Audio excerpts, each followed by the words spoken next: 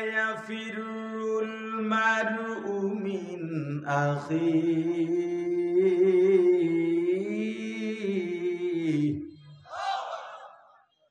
وأمه وأبيه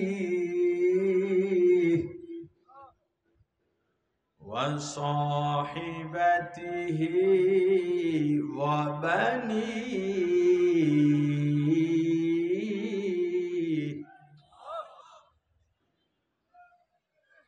يوم يفر المرء من أخيه وأمه وأبيه وصاحبته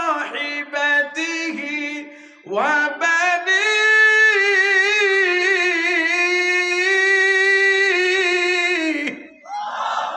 কিয়ামতের ময়দানে মা বাবা সন্তানকে দেখলেই পালাবে, সন্তান মা বাবাকে দেখলেই পালাবে, ফিরু ভাগবে।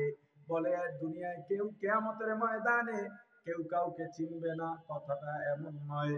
সবাই সবাইকে চিনবে কিন্তু পরিচয় দেবে না। ভাই ভাইকে দেখলে দৌড়াবে, পালাবে। ভাই বোনকে, বোন ভাইকে, বন্ধু বন্ধুকে, স্বামী স্ত্রী স্ত্রী স্বামীকে দেখলেই পালাবে। ঘটনাক্রমে মা আর সন্তানের যদি দেখা হয়ে যায়, সন্তান অনুনয় বিনয় করে বলবে, মা গো আমি তোমার কলিজার টুকরা সন্তান, না খাইয়া আমারে খাওয়াইছ। ও মা শীতের রাতে প্রসাব পায়খানা করে বিছানা নষ্ট করলে সবাই চিল্লা পাল্লা করত, কিন্তু তুমি আমার সব পরিষ্কার করে উল্টো চুমু দিতা, আদর করতে রে মা।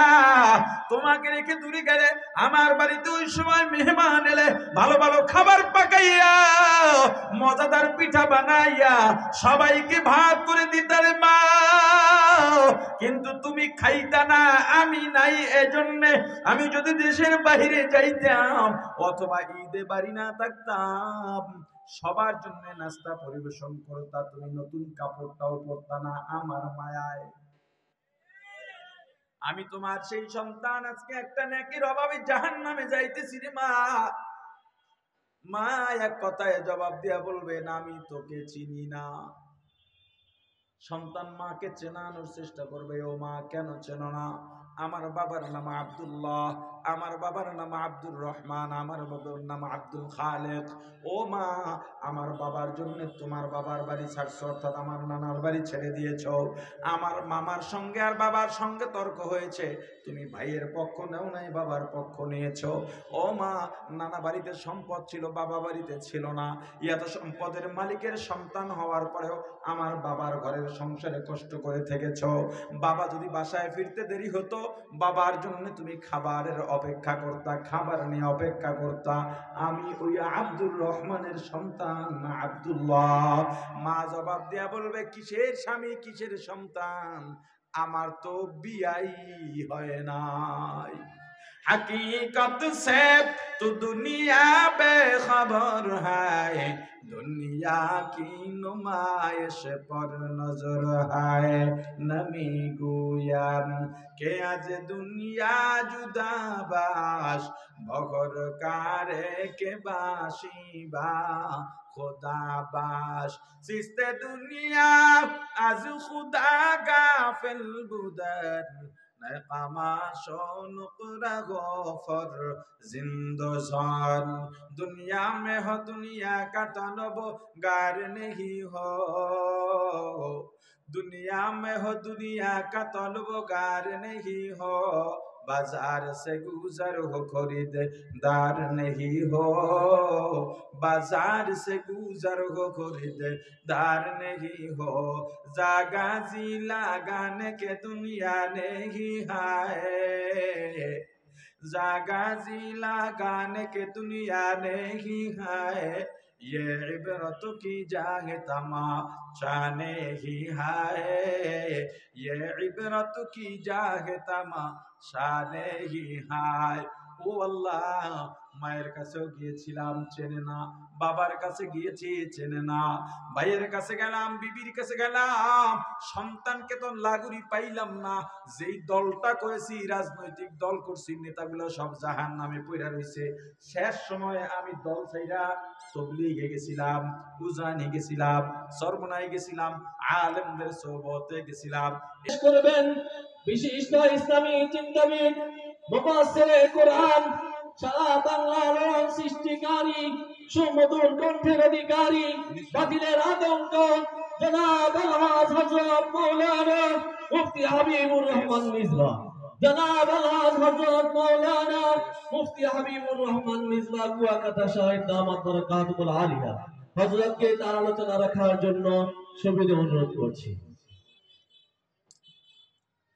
আসসালামু আলাইকুম ওয়া রাহমাতুল্লাহি ওয়া বারাকাতুহু। ইখলাসের সাথে আমলের নিয়তে হিদায়াতের উদ্দেশ্যে নির্ধারিত সময়ের মধ্যে কিছু কথা বলা ও শোনার মতো তৌফিক যেন আল্লাহ রাব্বুল আলামিন আমাদের সকলকে দান করেন। সকলে বলি আমিন। আলহামদুলিল্লাহ আলহামদুলিল্লাহি ওয়া কাফা ওয়া সালামুন আলা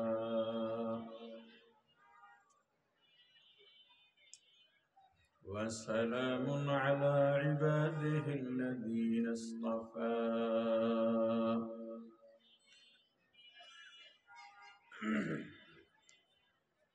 أما بعد فأعوذ بالله من الشيطان الرجيم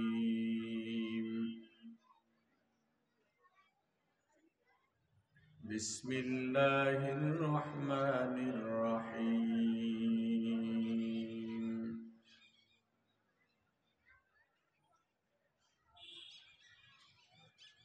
كنتم خير أمة أخرجت للناس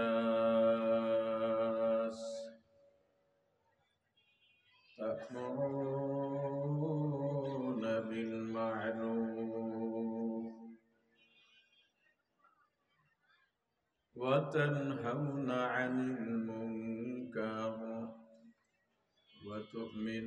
وتؤمنون بالله صدق الله العظيم درود شريف اللهم صل على محمد وعلى آل محمد كما صليت على إبراهيم وعلى آل إبراهيم إنك حميد مجيد সবাই পড়ি اللهم بارك على محمد وعلى آل محمد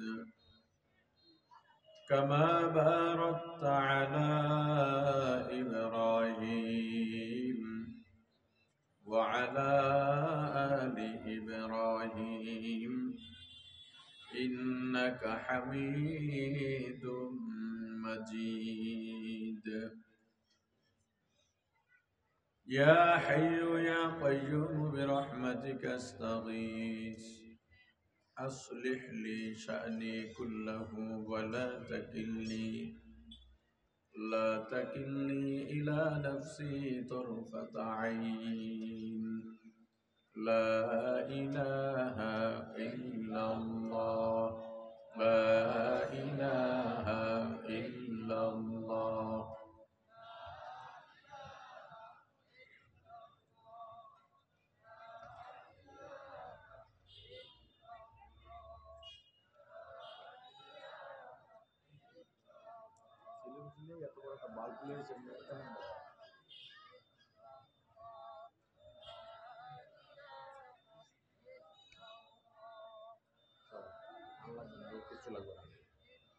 জিকির করেন সবাই করেন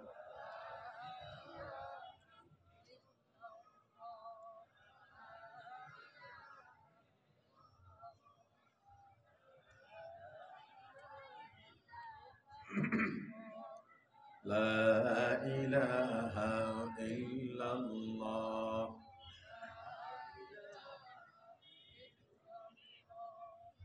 لا إله إلا الله محمد رسول الله الحمد لله নারায়ণগঞ্জের ফতুল্লার চতলার মাঠে আয়োজিত এসরোটেক্স এর মালিক ও শ্রমিকদের যৌথ উদ্যোগে ৮ম বার্ষিক ২ দিন ব্যাপী ওয়াজ ও দোয়ার মাহফিলের শেষ দিনের সমাপনী অধিবেশনের মহতরম সভাপতি মুআজ্জাজ মুকাররম হযরত উলামায়ে কেরাম দূর দূরান্ত থেকে আগত ইসলাম প্রিয় দিন প্রিয় মর্দে মুজাহিদ আল্লাহ রাব্বুল আলামিনের আশিকিন জাকিরিন শাকিরিন মুসলমান ভাইয়েরা কলিজার টুকরা সমবয়সী যুবক ও ছাত্র বন্ধুগণ পর্দানিশী মা ও বোনেরা, আল্লাহ তাআলার দরবারে লাখো কোটি শুকর সুজুদ যেই মহান রব্বুল আলামিন আমাদেরকে হায়াত তৈয়বা দান করে দুনিয়ার জান্নাতের বাগান কোরআন সুন্নাহর আলোচনার এই মুবারক মজলিসে আশা ও বসার মতো তৌফিক দান করেছেন, আলোচনা শোনার মতো সুযোগ করে দিয়েছেন, এজন্য শুকরিয়া আদায় করি আলহামদুলিল্লাহ। আল্লাহ বলেছেন কুনতুম খায়রা উম্মাহ, তোমরা শ্রেষ্ঠ জাতি। আমাদেরকে বলেছেন শ্রেষ্ঠ জাতি হিসেবে আল্লাহ রাব্বুল আলামিন আমাদেরকে স্বীকৃতি দিয়েছেন। কেমন জাতি? প্রথম প্রশ্নে পরে বললেন না কেন? আমার আলোচনা যতক্ষণ শুনবেন আমার কথার জবাব দেবেন, যেহেতু আপনাদেরকে বয়ান শুনাইতেছি না। মাইকে যারা দোকানে শুনে তারা জবাব দেবে? কারা দেবে? আর আপনারা জবাব না দিলে আমিও বয়ান বন্ধ করে দেব। আপনারা বলবেন হুজুর বয়ান করেন, তখন একটু আবার করব, আবার বন্ধ, আবার যখন বলবেন হুজুর বলেন আবার একটু করব। এটা কি ভালো হবে? তাহলে আপনাদেরকে যেন আমার দ্বিতীয়বার বলতে না হয়। আপনাদেরকে দ্বিতীয়বার বলা লাগলে যুক্তিতে কি বলে আমারও চুপ থাকা দরকার। জবাব দেওয়া যাবে ইনশাআল্লাহ? বলেন সবাই। আল্লাহ শ্রেষ্ঠ জাতি বলেছেন কাদেরকে? আমাদেরকে বলেছেন। আমরা আসলে শ্রেষ্ঠ জাতি, এটা ঠিক। কাজে কর্মে আমাদের অবস্থা কি? তবে শ্রেষ্ঠ জাতি এমনি এমনিই না। শ্রেষ্ঠ জাতি হতে হলে কিছু কাজ আছে। কি আছে? জোরে বলেন। শ্রেষ্ঠ জাতি করে কেন পাঠাইলেন? উখরিজাত লিন্নাস, মানুষের কল্যাণের জন্য, জাতির কল্যাণের জন্য, সমাজের কল্যাণের জন্য, দ্বীনের কল্যাণের জন্য। আমরা কেমন জাতি? কি কারণে পাঠাইছেন? কল্যাণের জন্য। কি জন্য পাঠাইছেন? কার কার কল্যাণ? এখানে আমি 4টা ভাগ করতে পারি। 1 নাম্বার, যেহেতু আল্লাহ আয়াতে নাস উল্লেখ করেছেন, অতএব মানুষ বা জাতি এটা 1 নম্বরে রাখলাম। আল্লাহ আমাদেরকে শ্রেষ্ঠ জাতি বানাইছেন কল্যাণের জন্য। কার কল্যাণ আমি চাইব? 1 নম্বরে জাতি, মানুষ 1 নম্বরে। 2 নম্বর দেশ, 2 নম্বর। 3 নম্বর মানবতা, 3 নম্বর। 4 নম্বরে দ্বীন, 4 নম্বর। কয়টা হলো? আমরা কেমন জাতি? জোরে ঘোষণাকার। কি জন্য শ্রেষ্ঠ জাতি? কয়জনের কল্যাণ চাইব? 1 নাম্বার। 2 নাম্বার। নাম্বারে অসুবিধা নাই, চারটা বলতে পারলেই হলো। দেশ 10, মানবতা, ইসলাম। দেশ তো দেশ, 10 মানে মানুষ, দেশ 10 মানে, তাহলে 4টা কল্যাণের 4 ভাগে আমরা কল্যাণের কাজ করতে পারি। 4 ভাগে কল্যাণের কাজ হলে আর কোনো কল্যাণ বাকি থাকে না। জাতি, মানুষ, দেশ, দেশের কল্যাণ দরকার আছে, অবকাঠামো বা যত দিক বলেন, মানবতা, এতে মানুষ, পশু পাখি সব আছে। আর দিন বা ইসলাম, এর বাইরে তো যাওয়ার আমাদের কোনো সুযোগ নাই, আছে? আমি যে কথাগুলো বলবো পার্ট বাই পার্ট স্মরণ রাখবেন। এই দেশে মাহফিল প্রচুর হয়, গতানুগতিক ধারার মাহফিল বা বর্তমান সিস্টেমের মাহফিল থেকে আর 3 বছর আগের থেকে আমি ফিরে আসছি। কমিটি বারবার বলছে গতকালকে এক আলোচক আসেন নাই, সেই অভাব পূরণ করে দিতে। আমি বলছি কারো অভাব পূরণের দায়িত্ব নিয়ে আমি আসিনি, আমি একটা জিম্মাদারি নিয়ে আসছি। সেই জিম্মাদারি যতটুকু পারি পালন করব। আমার বয়ান দিয়ে আপনাকে আমি জান্নাতে পৌঁছাইয়া দিতে আসিনি, আপনার আত্মা শুদ্ধ করে দিতে আসিনি, আপনাকে খাঁটি মুমিন বানাইয়া দিতেও আসিনি। বলবেন তাহলে বয়ানে কেন আসছেন? আমি আসছি আপনার কলব যে বন্ধ হয়ে আছে, ঘুমন্ত কলবের দরজায় নক করতে আসছি, আপনাকে জাগিয়ে তুলতে আসছি। জান্নাতে যাওয়ার কাজ আপনার করতে হবে, আমি আপনার কাজ করে দিতে পারবো না। আত্মশুদ্ধির কাজ আপনাকে করতে হবে, আপনার আত্মশুদ্ধি আমি করে দিতে পারবো না।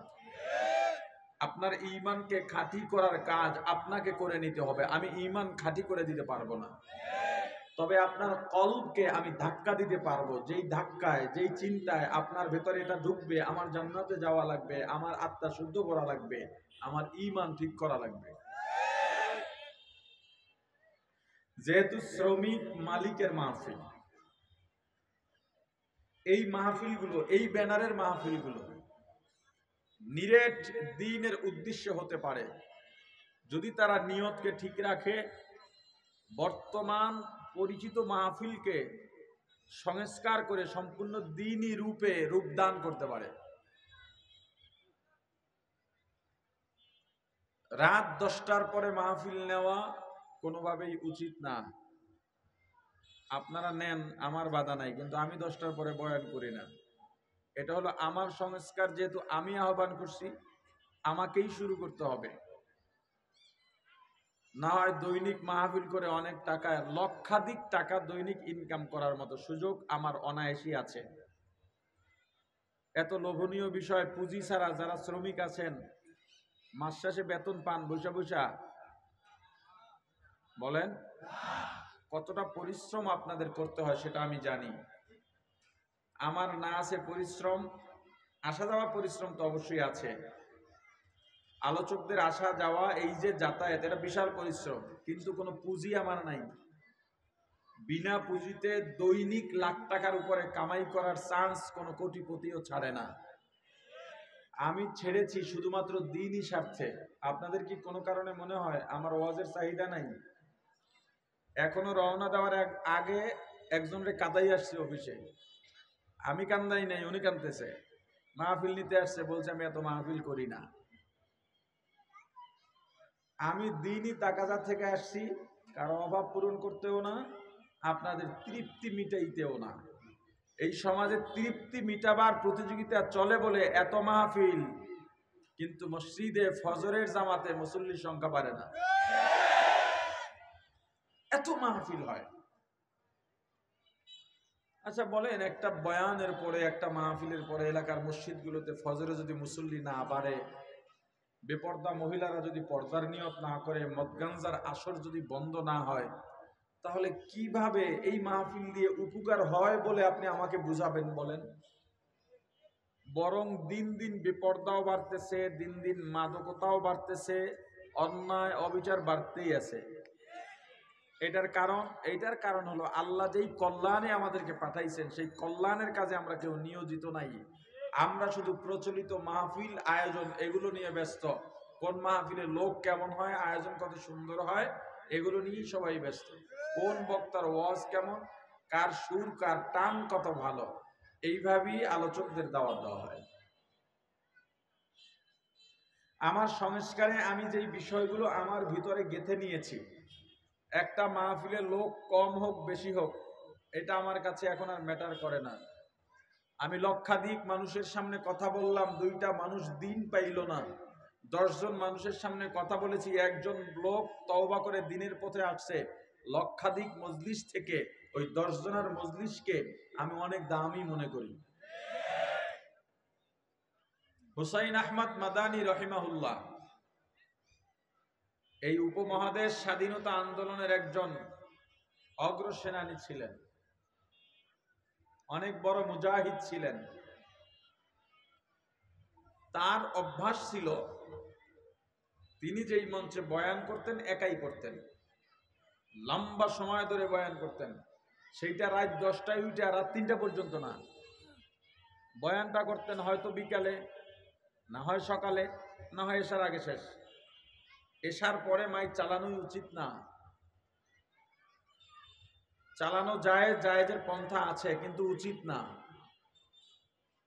এই যে বাইরে মাইক দিছেন আপনারা, সেটা আলাদা।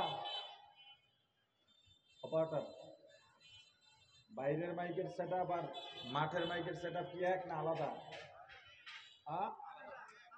বাইরের মাইকের সাউন্ড কমান, এত পরিমাণে মানুষ শুনবে কিন্তু বিরক্ত হবে না, মোবাইলে কথা বলতে ডিস্টার্ব ফিল করবে না, নিজেরা একজন আরেকজনের সাথে কথা বলতে ডিস্টার্ব ফিল করবে না। মাইকের আওয়াজে পাশাপাশি কথা বলে শুনে না, কয় কি বলছে শুনি না, আবার কও।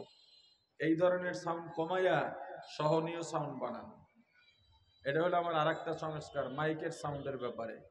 একটা হলো টাইম, একটা হলো মাইকের সাউন্ড, একটা হলো লোকের সংখ্যা, উপস্থিতি সংখ্যা।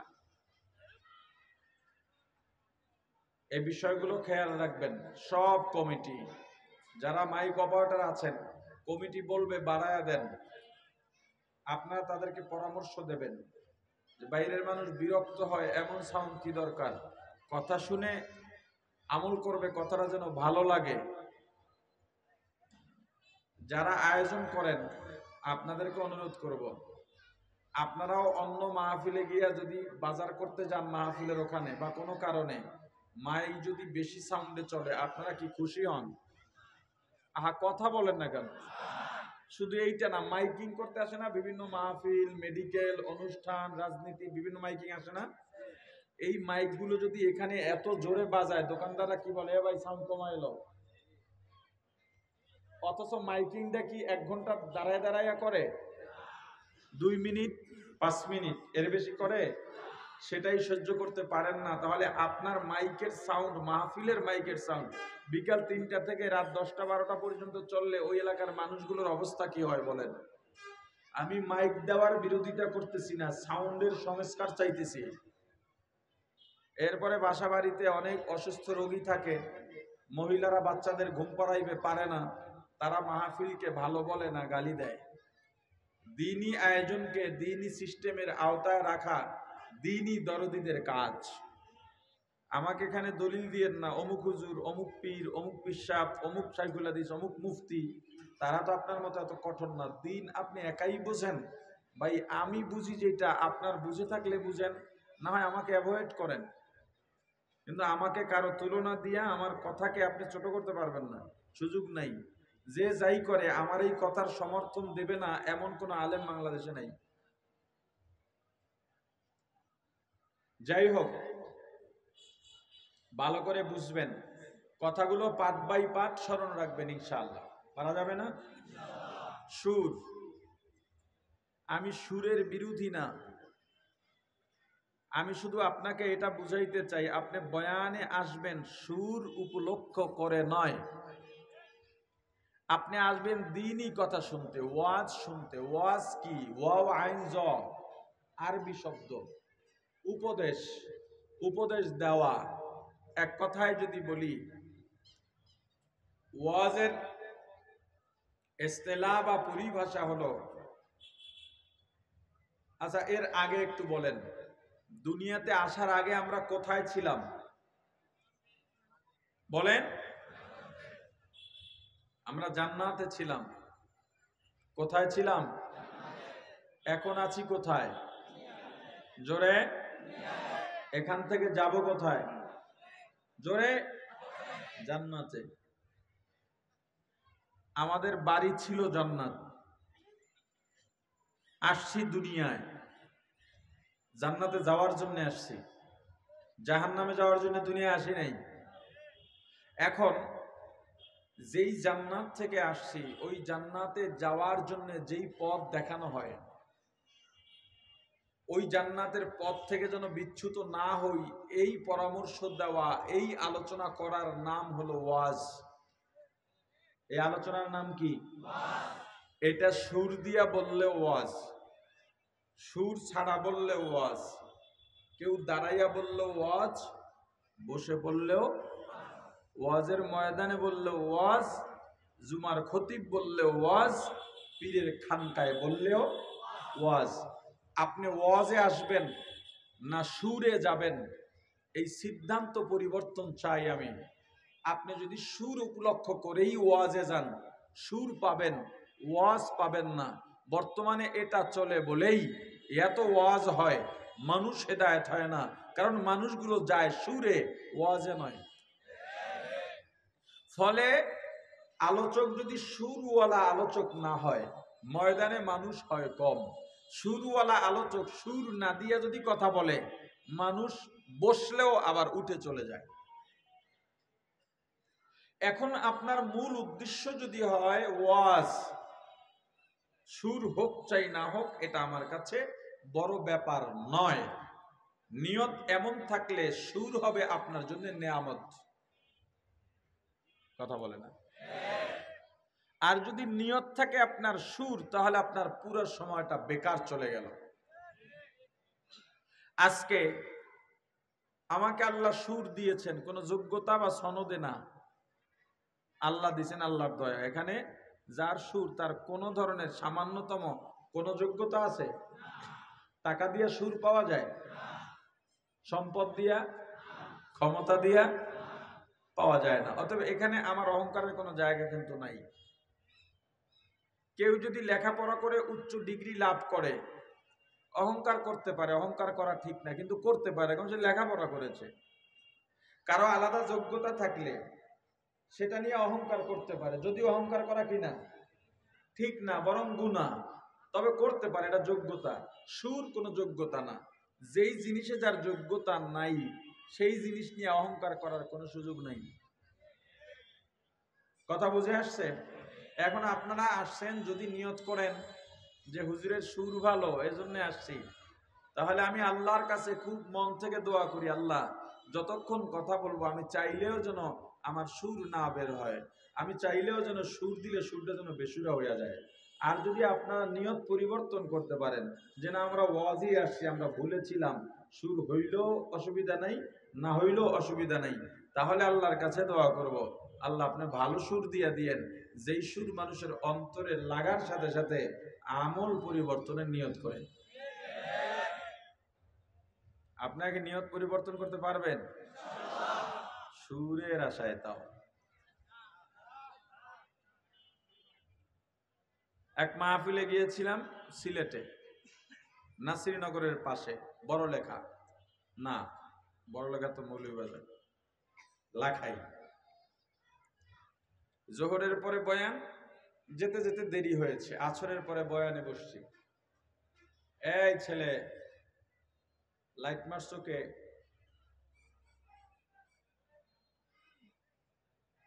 এই যে দেখেন এখানে বসছে দোকান, এগুলো হয়?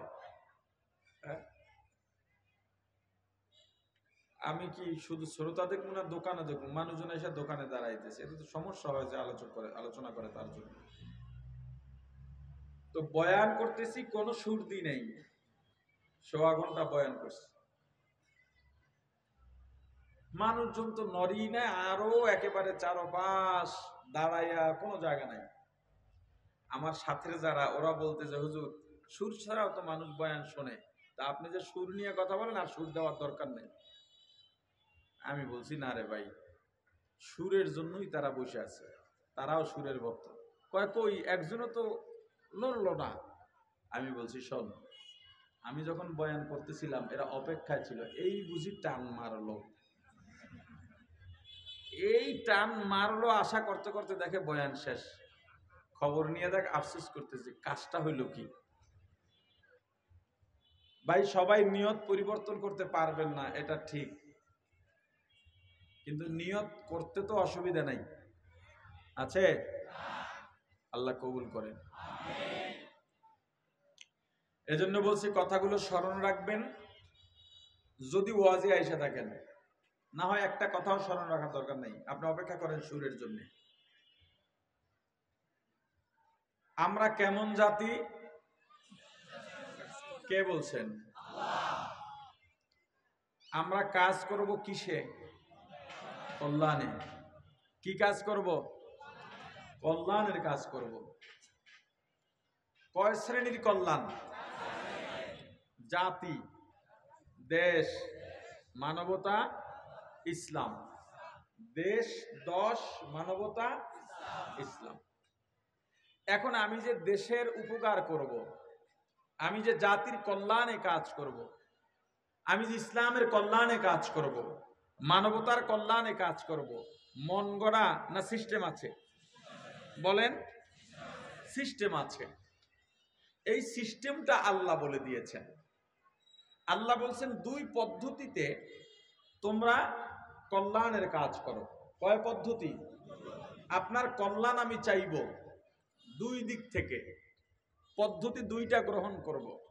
এক নাম্বার, তা'মুরুনা বিল মারুফ, নেক আমলের আদেশের মাধ্যমে। কি বলছি? নেক আমল। ওলামায়ে কেরাম বলেন সৎ কাজ। কথা ঠিক, আমার কাছে কথাটা অসম্পূর্ণ মনে হয়, ব্যাখ্যা করলে আপনিও আমার কথায় সায় দেবেন। যারা বলে সৎ কাজ তারাও ঠিক আছে, আবার ভুল ধরেন না। এখন তো সাধারণ মানুষ হুজুরদের ভুল ধরতে খুব ওস্তাদ। এমন সাধারণ মানুষ আমার চোখে বাজে না যে কোনো না কোনো হুজুরের ভুল ধরে না। আছে না নাই? আপনি যখন চিকিৎসা নিতে যান ডাক্তারের কাছে, ডাক্তারের ভুল ধরছেন কোনোদিন? কেন? আপনি ডাক্তারই জানেন না। এই যে আমার সাথী ফার্মেসি দেখা যায় মনে হয়, ওষুধ আনতে গেছেন, আপনি ওষুধের নামও জানেন না, প্রেসক্রিপশনও নাই, পেটে ব্যথা, ডাক্তার সাহেব আমাকে একটা পেটে ব্যথার ওষুধ দেন, দিল, আপনি গিয়ে খাইলেন। আপনি কি ওষুধটা ধরে কখনো বলছেন এটা ভুল? কথা বলে না। আপনি একটা ওষুধের নাম জানেন, উনি দিলেন আর একটা, আপনি বললেন ভাই এইটা তো না, আগে তো আর একটা খাইছি, উনি বললেন না এখন এইটা খান, এইটা ভালো, দ্বিতীয়বার কথা বলছেন? তর্ক করছেন? সর্বোচ্চ বলছেন না আমি আগেরটাই নেব, না থাকলে আর এক ফার্মেসিতে যাব, এছাড়া কোনো তর্ক বাড়াইছেন? কেন? আপনি এটা জানেন না। কথা বলে না। ইঞ্জিনিয়াররা বিল্ডিং এর ডিজাইন দেয়, কাজ করে, আপনি কোনোদিন এই ডিজাইনের মধ্যে কলম ধরছেন? আরে কথা বলেন, কেন ধরেন নাই? বলেন, বলেন। রাজমিস্ত্রি কাজ করে, এতটা সিমেন্টে এতটা বালু, ঢালাই কাজে এত খোয়া সুরকি, এত বালু, এত সিমেন্ট, কোনোদিন ভুল ধরছেন? কথা বলেন, কেন? জোরে বলেন।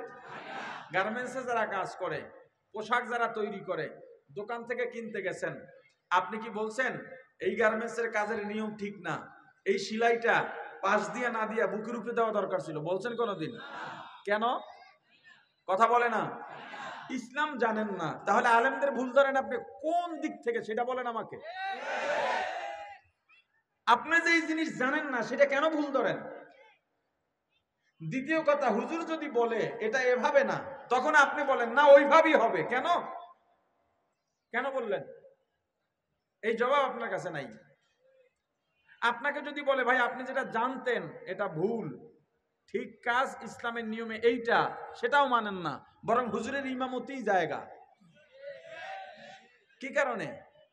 আপনি তো দিন জানেন না, তাহলে ভুল কেন ধরলেন? আমার অনেকে বলে হুজুররাই শুধু মাসালা ঘুরায়, বলেনি? নারায়ণগঞ্জে বলে না? কি বলে? হুজুররাই মাসালা ঘুরায় ফিরায়। জানে হুজুরে, ঘুরাইব কে?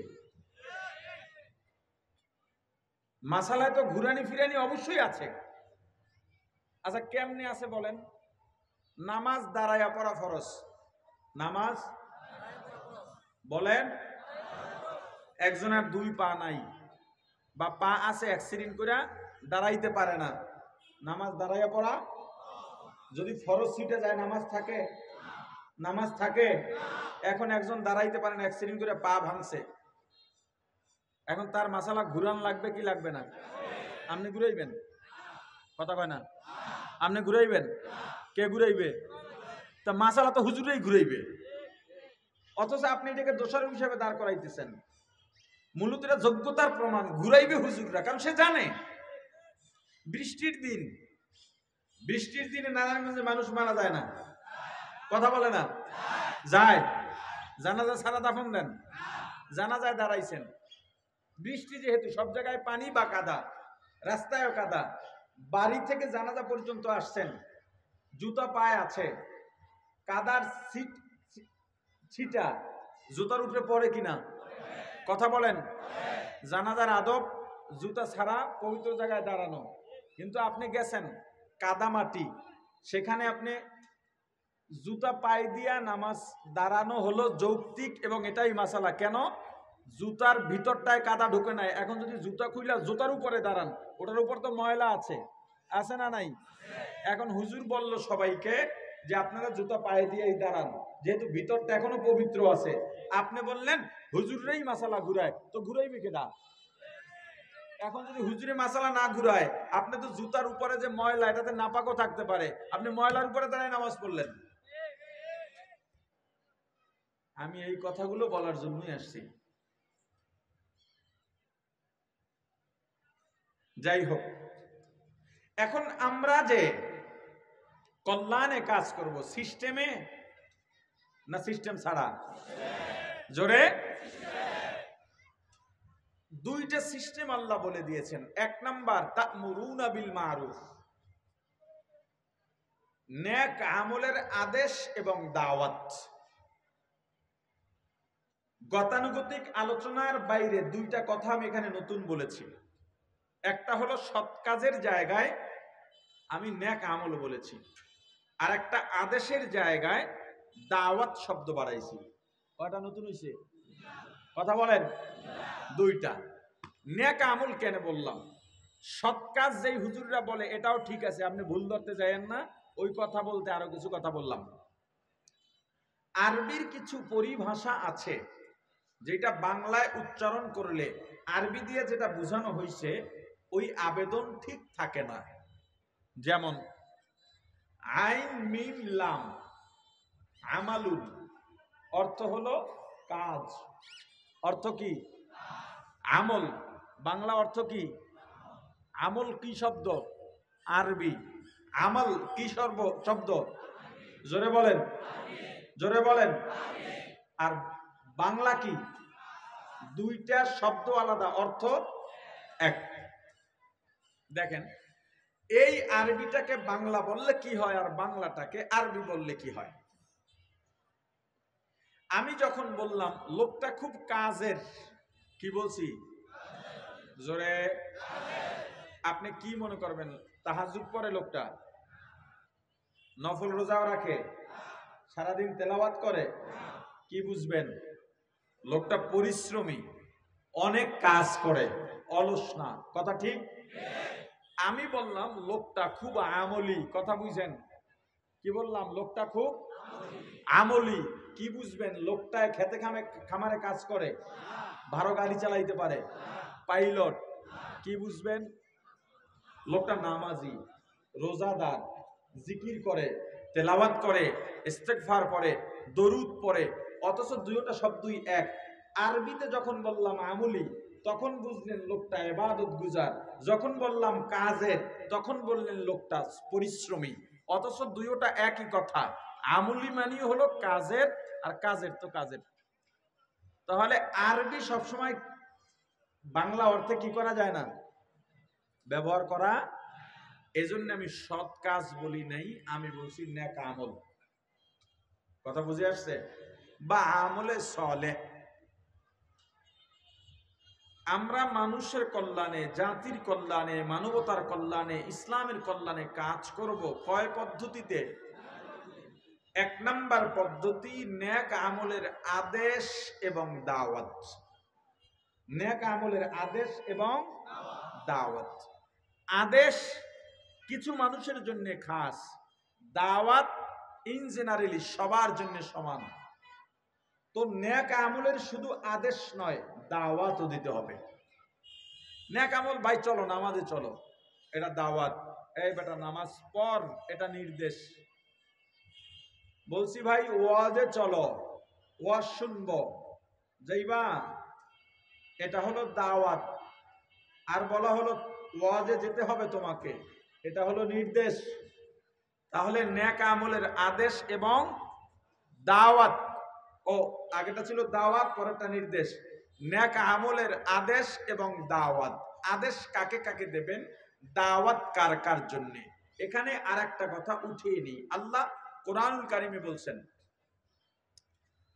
লা ইকরাহা ফিদ্দীন।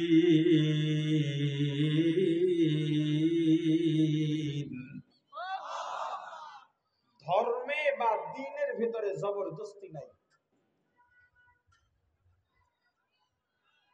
জবরদস্তি কইরা কাউকে মুসলমানও বানানো যাবে না, নামাজিও বানানো যাবে না, রোজাও রাখানো যাবে না। এই যাদেরকে জবরদস্তি করা যাবে না তাদের জন্য হলো দাওয়াত। কাদেরকে জবরদস্তি করা যাবে না আর কার উপরে জবরদস্তি করা যাবে, এইটা নিয়ে কথা বলবো। নির্দেশ হবে 4 শ্রেণীর জন্য। কয় শ্রেণী? জোরে বলেন। 1 নম্বরে বাপ তার সন্তানকে নির্দেশ প্রদান করবে, দাওয়াত না। 2 নাম্বার স্বামী তার স্ত্রীকে নির্দেশ প্রদান করবে, দাওয়াত না। 3 নাম্বার শিক্ষক তার ছাত্রকে নির্দেশ প্রদান করবে, দাওয়াত না। 4 নাম্বার পীর তার মুরিদকে দাওয়াত প্রদান করবে না, নির্দেশ দেবে। কয় শ্রেণী? এবার আসেন, সন্তানকে আপনি দাওয়াত কেন দেবেন? সন্তানের প্রতি হবে নির্দেশ। সন্তানের বয়স যখন 7 বছর, আচ্ছা অনেক সময় দেখা যায় ইমাম সাহেব যারা আছেন তারা আমার এই কথায় তাসদিক দিতে পারবেন। অনেক মুরব্বীরা আছেন বাসায় গিয়া বলে, হুজুরের কাছে গিয়া বলে, হুজুর দোয়া করেন ছেলেটায় কথা শুনে না, ও যেন মা বাবার খেদমত করে, এত কষ্ট করে লেখাপড়া করাইছি, এখন আমার কথা মানে না।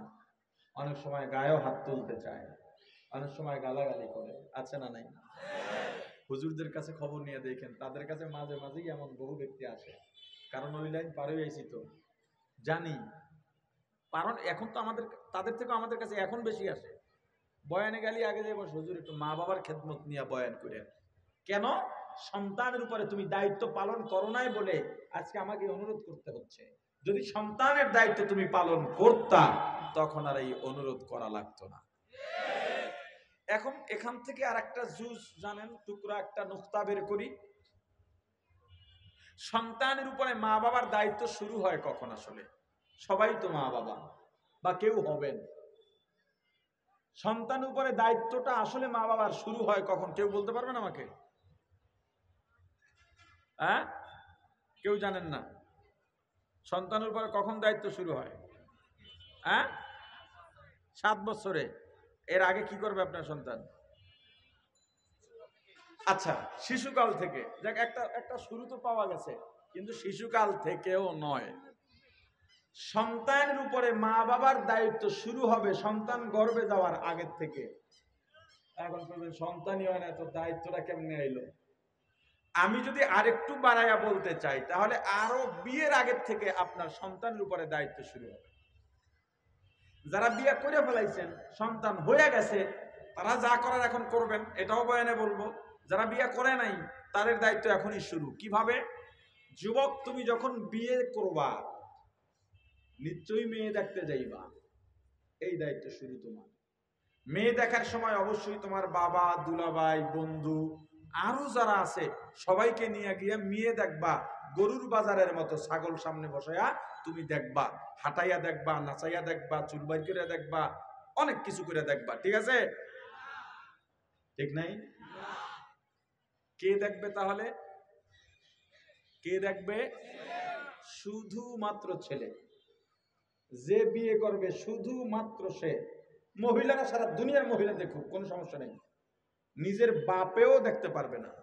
ইসলাম এত সুন্দর একটা সমাজ ব্যবস্থা আমাদেরকে দিয়েছেন, আমরা মানি না, যার জন্য এত সমস্যা আমাদের সমাজে হয়। এই যে পর্দার কথা বলি, আচ্ছা বলেন খাস পর্দা কয়টা জায়গায় আছে? আজকে পেপার পত্রিকায় দেখা যায় সন্তান মাকে ধর্ষণ করতেছে, বাবা মেয়েকে ধর্ষণ করছে, অহরহ সংবাদ মাধ্যমে দেখা যায়। আরে কথা বলেন না কেন? কেন? ইসলাম মানো না বলে। ইসলাম মানলে আপনি ভাবতে পারেন ভাই বোনের জেনা, আজ থেকে 4 বা 5 বছর আগে আপনার টাঙ্গাইলে 2-3 সন্তানের মা আপন বড় ভাইয়ের সাথে পালিয়ে গেছে। আর ইসলাম যদি মানতেন, ইসলাম কি বলে? যুবতী মেয়ে যুবক ভাইয়ের সামনে বিনা কারণে যাবে না, এমনকি বাবার সামনেও যাবে না। যুবতী, আরো আগের কথা বলি, যেই মেয়েটার বয়স 7 বছর হয়ে গেছে, এই মেয়ে বাবার কাছে ঘুমাবে না, বাবা তাকে গোসল করাবে না। যেই ছেলের বয়স 10 বছর হয়ে গেছে, এই ছেলে মায়ের কাছে ঘুমাবে না, মা তাকে গোসল করাবে না। ইসলাম আগের থেকেই আপনাকে সেফটি জোনে নিয়ে গেছে, কিন্তু আপনি সেখান থেকে বের হইয়া পাইকারি বাজারে নিজেকে প্রদর্শন করতেছেন। এখানে দোষ তো আপনার, ইসলামকে আটকায় রেখে কোনো লাভ নাই। এত সুন্দর সিস্টেম দিয়েছে ইসলাম। তুমি যখন মেয়ে দেখতে যাইবে, একা যাইবে, কি দেখে মেয়েকে বিয়ে করবে? সুন্দরী কিনা, সুন্দরী কিনা এইটা দেখার অধিকার তোমার আছে। সম্পদ আছে না নাই এটাও যাচাই করার অধিকার তোমার আছে। বংশ মর্যাদা কেমন, এটা ভালো না খারাপ, এটাও দেখার অধিকার তোমার আছে। কিন্তু সব কিছু ছাপিয়ে দিনদারি আছে কিনা এটা অধিকার নয়, এটা তোমাকে দেখতেই হবে। একটা গল্প শোনাই। আমিরুল মুমিনিন খলিফাতুল মুসলিমিন হযরত ওমর রাদিয়াল্লাহু তাআলা আনহু, নাম শুনছেন? হযরত ওমরকে অর্ধ জাহানের শাসক, এই পৃথিবীর অর্ধেকটার শাসনকর্তা ছিলেন হযরত ওমর, ইসলামের দ্বিতীয় খলিফা। আমার রাসূল বলেছেন, আমার পরে যদি কাউকে আল্লাহ নবী বানাইতেন, আমার ওমরকে নবী বানাইতেন।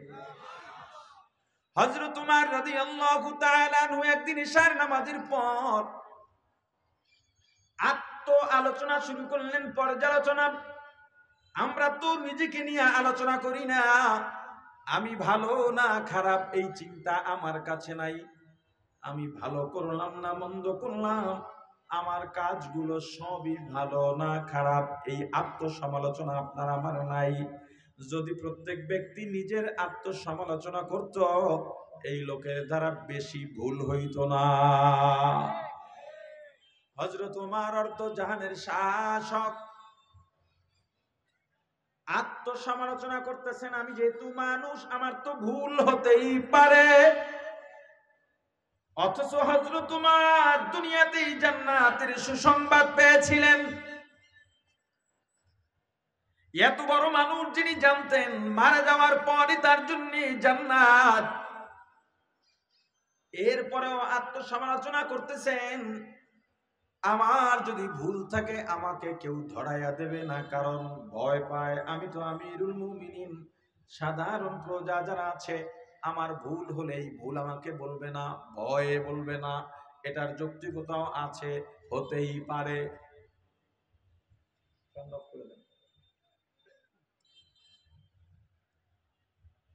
হযরত ওমর সিদ্ধান্ত নিলেন, আমি নিজেই যাচাই করি, দেখি আসলে আমার ভুল আছে কিনা, যদি ভুল থাকে মানুষ তো আমাকে নিয়ে সমালোচনা করবে। নিজেই ছদ্মবেশে বের হয়ে গেলেন, রাতের অন্ধকারে মানুষের ঘরের পাশে গিয়া দাঁড়ান, একটু কান পাতেন, যেটাকে আড়ি পাতা বলে। এখানে আরো একটা মাসআলা জেনে নেন, বা যারা জানেন তারা তো প্রশ্ন করবেন।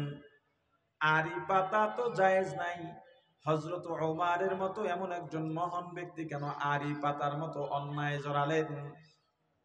আড়ি পাতা, পাঁচজন মানুষ এক জায়গায় কথা বলে, আপনি একজন প্রতিনিধি পাঠাইলেন, এই পর্দার পাশে গিয়ে দাঁড়াও, দেখো তো কি বলে। আছে না এমন? মহিলাকে পাঠায় দেয়, গিয়ে দেখো তো কি বলে। এটাকে আড়ি পাতা বলে। এটা সওয়াবের কাজ না, এটা গুনাহ। এটা কি কথা কয় না? অনেকের অ্যান্ড্রয়েড মোবাইল আছে, অনেকের মোবাইলে অটো রেকর্ডও আছে। আসেনি? আপনাকে আছে অটো রেকর্ড? জায়েজ নেই। আপনি কেন রাখছেন অটো রেকর্ড? আপনি কি গোয়েন্দা বাহিনীর লোক? আমার সঙ্গে আপনি কথা বলতেছেন, পার্সোনাল কথা, ওয়ান টু ওয়ান কথা বলতেছি, আপনার আমি আর কেউ জানে না। আপনি আমার কথাগুলো রেকর্ড করে রাখলেন, এই অধিকার আপনাকে ইসলাম দেয় নাই, কারণ আপনার উদ্দেশ্য খারাপ। এটা পারবে তারা।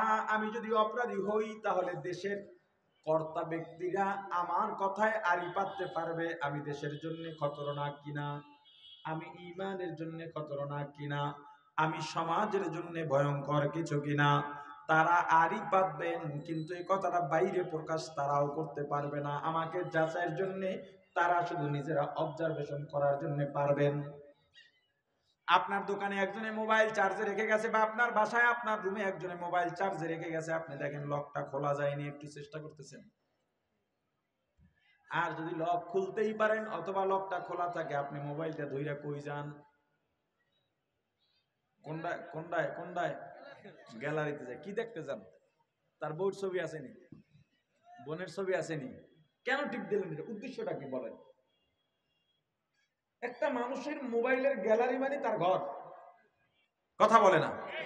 আপনি ওখানে টিপ দেন কেন? অনেক জায়েজ, কথা বলে না? এই আড়ি পাতা কি নাই? জায়েজ নাই। কিন্তু হযরত ওমর রাদিয়াল্লাহু তাআলা আনহু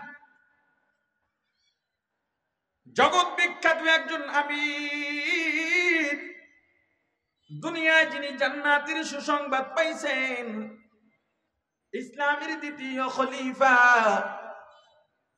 আমার রাসূল বলছেন, আমার পরে যদি কাউকে আল্লাহ নবী বানাইতেন, হযরত ওমরকে বানাইতেন। এমন একজন মানুষ হযরত ওমর, তিনি কেন আড়ি পাততে গেলেন? উত্তর, হযরত ওমর আপনার দোষ ধরার জন্য, আপনার কথাগুলো অন্য জায়গায় পাচার করার জন্য আড়ি পাতেন নাই। তার দায়িত্বশীল জায়গা থেকে তিনি দেখতে চান, কেউ যদি আমাকে নিয়ে সমালোচনা করে, আর যদি দেখি এই সমালোচনা সঠিক, এই ভুল আমার মধ্যে আছে, তাহলে আমি সংশোধন হয়ে যাব। আর যদি দেখি এই ভুল আমার মধ্যে নাই, তারা সমালোচনা করতে থাকুক, তাদের ব্যাপার, আমি আমভাবে সাধারণভাবে সবাইকে বলে দেব, কারো ব্যাপারে না জেনে সমালোচনা করা জায়েজ নাই। যেই জিনিসটা তুমি সামনে দেখো, তবুও এটা দেখেও সমালোচনা করবা না। যার সামনে দেখবা তাকে তুমি আগে প্রশ্ন করো, ভাই এটা কেন, তার জবাব কি, আগে দেখো। তার জবাব যেইটা, সিদ্ধান্ত হবে সেইটা। কিন্তু তুমি কি করো, বক্তব্য দিলাম, আমি বক্তব্য দিয়া কি বুঝাইছি স্পষ্ট না? তুমি নিয়ে গেলা খারাপের দিকে, বক্তব্য একটা ব্যাখ্যা দাঁড় করাইছো। আমার কথার ব্যাখ্যা দাঁড় করাইলেন আপনি, কেমনে?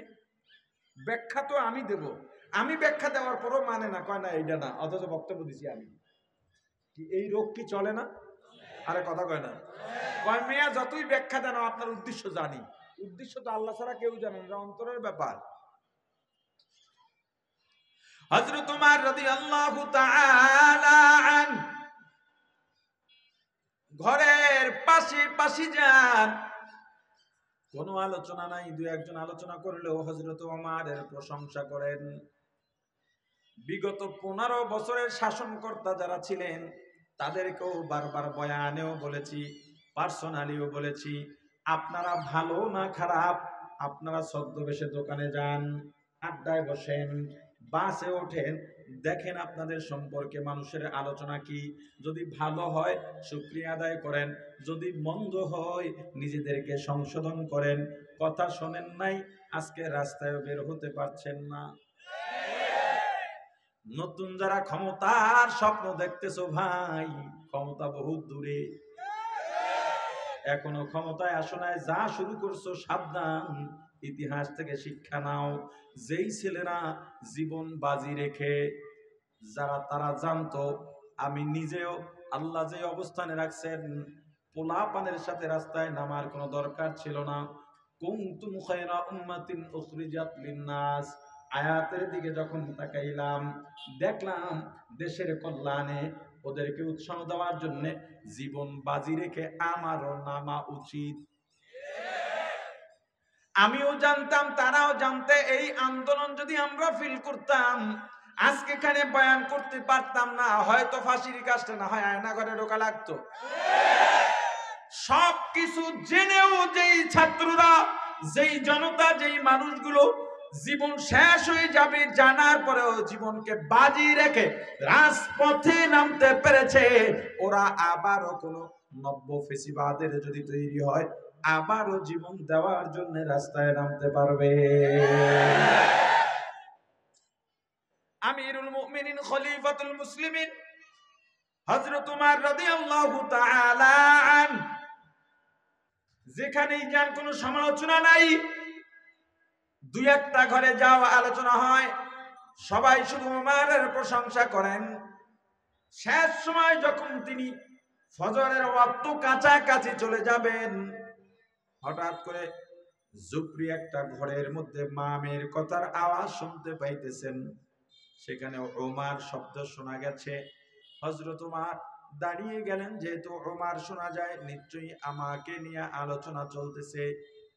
মা মেয়ে আলোচনা করতেছেন, কথোপকথন চলতেছে। মা মেয়েকে জিজ্ঞেস করতেছে, হে মেয়ে আমার, বকরির দুধ দহন করছনি?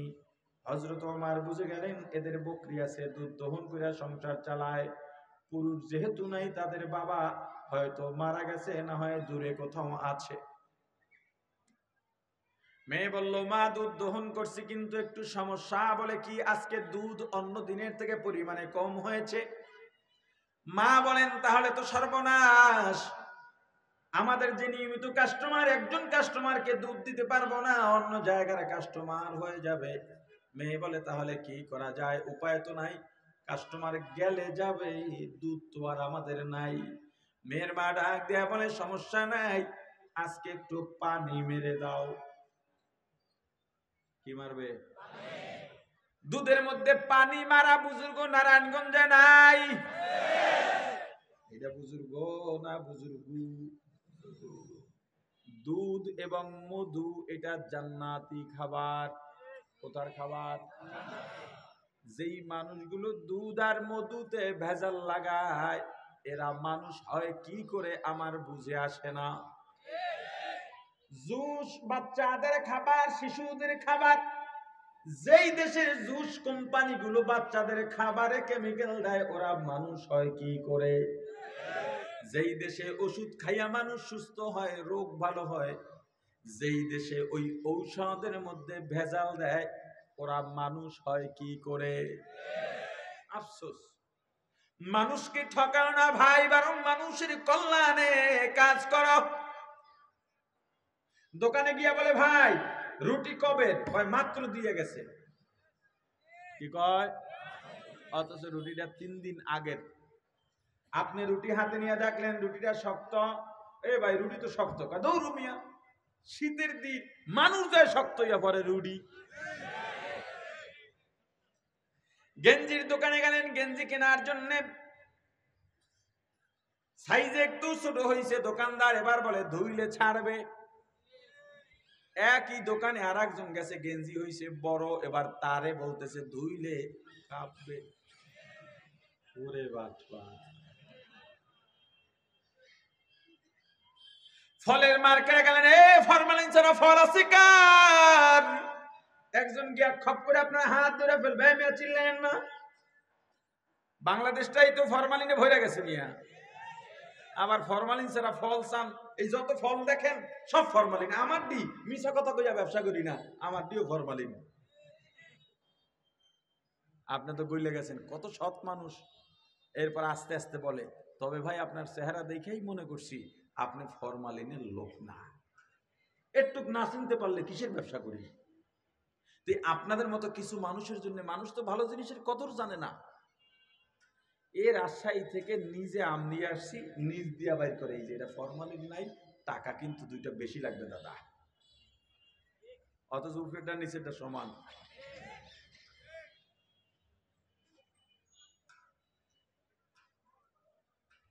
আপনি মধু পাগল মানুষ, আপনার বাড়ির সামনে দিয়া মধুওয়ালা যায়, ডাক দিছে মধুওয়ালা, সুন্দরবনের মধু লাগবে কার? আপনি দৌড়ে নামছেন, দেখলেন বালতি ভরা মধু, এর মধ্যে কিছু মৌচাকও আছে, টুকরা টুকরা ভাঙা, কিছু মৌমাছিও আছে। জিজ্ঞেস করলেন, ভাই খাঁটি তো? মাথার কসম দেয়, আসমানের কসম, 7 আসমানের কসম, 7 জমিনের কসম, ছেলে মেয়ের কসম, বউয়ের কসম, মা বাবার কসম, দুনিয়ার সব কসম দিয়া বলে, আমি নিজে গিয়া সুন্দরবন থেকে মধুমাছি, দেখেন এই যে পোকে কামড়াইছে, দেখছেন ফুলে রয়েছে সব। কিন্তু ওর 14 গোষ্ঠীও জানে না সুন্দরবন কোন পথ দিয়া যায়। সেরা টাকার নোট 500 টাকা, 1000 টাকা, এবার তো সব চান্দুরা ধরা খাবে। সেরা নোট, নকল তো কথাই নাই, নকল তো কাউকে দেওয়াই যাবে না। সেরা টাকার নোট, নামাজি মানুষ পকেটের মধ্যে 1000 টাকার ছেঁড়া নোট কষ্টেপ দিয়া জোড়ায় রাখছে। ভাই এমন ভাবে জোড়া দেয় যাতে না দেখা যায়। না দেখা যাওয়ার মতো জোড়া দেওয়ার উদ্দেশ্য কি? যাকে দেবে সে যেন বুঝতে না পারে। কথা কয় না? আমি জানি না এগুলো আপনাদেরকে কেউ বলছে কিনা। ছেঁড়া নোট নিয়ে নাড়াচাড়া করতেছে, পাশে আর এক নামাজি কয় কি হয়েছে? টাকাটা ছেঁড়া। টেনশন কিসের? বেশি টাকার মধ্যে ঢুকাই দাও। আপনার কাছে একজনে 20,000 টাকা পাবে, আপনি 19টা 1000 টাকার নোট দিলেন ভালো, একটা দিলেন ছেঁড়া, ভেতরে ঢুকাইয়া। পাওনাদার যদি টাকাটা ধরতে না পারে, কিন্তু পরবর্তীতে যদি চালাইতে না পারে, কিয়ামতের ময়দানে আপনাকে 1000 টাকা দেওয়া লাগবে। ভালো করে বুঝে লইন। ছেঁড়া টাকার নোট আলাদা করে তার হাতে দেন, ভাই এই নোটটা আলাদা না, এটা ছেঁড়া, দেখো কথা বলো তো, দেখো টাকাটা চালাইতে পারবা কিনা। পাওনাদার যদি মেনে নেয়, আমার দায়িত্ব, পারি আর না পারি, তুমি ঋণ মুক্ত হয়ে গেলা।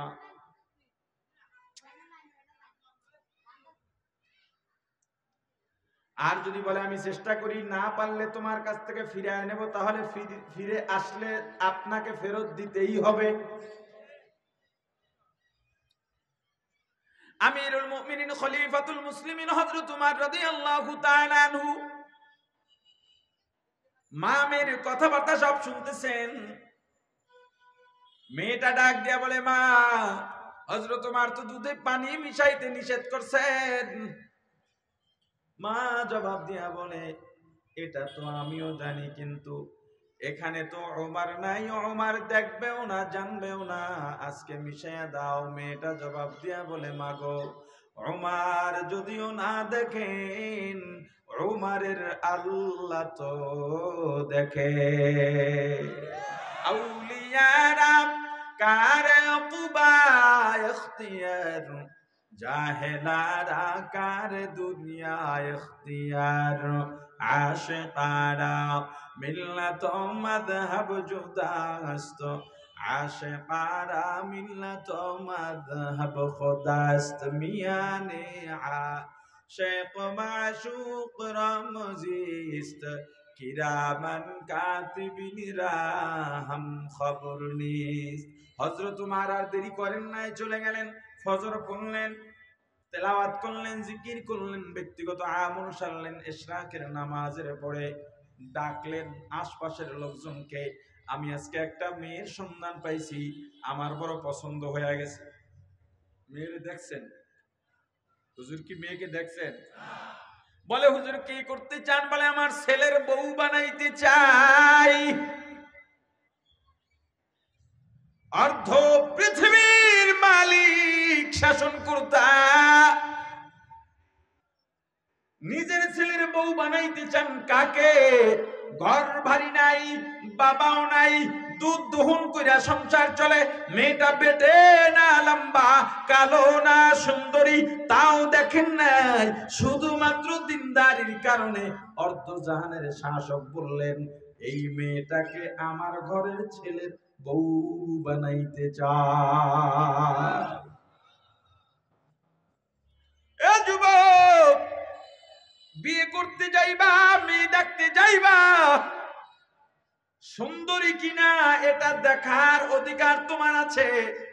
বংশমর্যাদা কেমন এটাও যাচাই করার অধিকার তোমার আছে। সম্পদ কেমন, টাকা পয়সা ক্ষমতা কেমন এটাও দেখার অধিকার তোমার আছে। কিন্তু দিনদারি আছে কিনা এটা অধিকার নয়, এটা তোমার দায়িত্ব। দিনদারি আছে, এরপরে যদি সুন্দরী হয় আলহামদুলিল্লাহ, সম্পদওয়ালা হয় আলহামদুলিল্লাহ, ক্ষমতাওয়ালা হয় আলহামদুলিল্লাহ, বংশমর্যাদা যদি ভালো হয় সুম্মা আলহামদুলিল্লাহ। কিন্তু টাকা নাই, পয়সা নাই, বংশমর্যাদা নাই, ক্ষমতা নাই, সম্পদ নাই, কিন্তু মেয়েটা দিনদার, আর কোনো দিকে তাকাইস না। টাকা আছে, পয়সা আছে, সুন্দরী, বংশমর্যাদা আছে, দিনদারি নাই, দুনিয়ার কিচ্ছু নাই, এমন একটা মেয়েকে ঘরে ঢুকাবি আমার ভাই, দুনিয়ার জাহান্নামটা নিজে হাতে কইরা নিজের ঘরে ঢুকাইছো।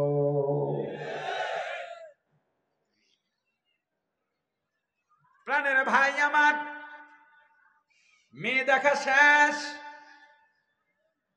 এবার বিয়ে হবে। কাবিন নিয়ে কথা, যৌতুক নিয়ে তো কথা হতেই পারবে, কথা কয় না। মেয়ের বাপে কয় ছেলের বাপের বেয়াই, সব তো ঠিক, আপনাদের চাওয়া পাওয়া কি, আস্তাগফিরুল্লাহ নাউজুবিল্লাহ, বেয়াই আপনার সাথে সম্পর্কই হবে না, সব বাদ।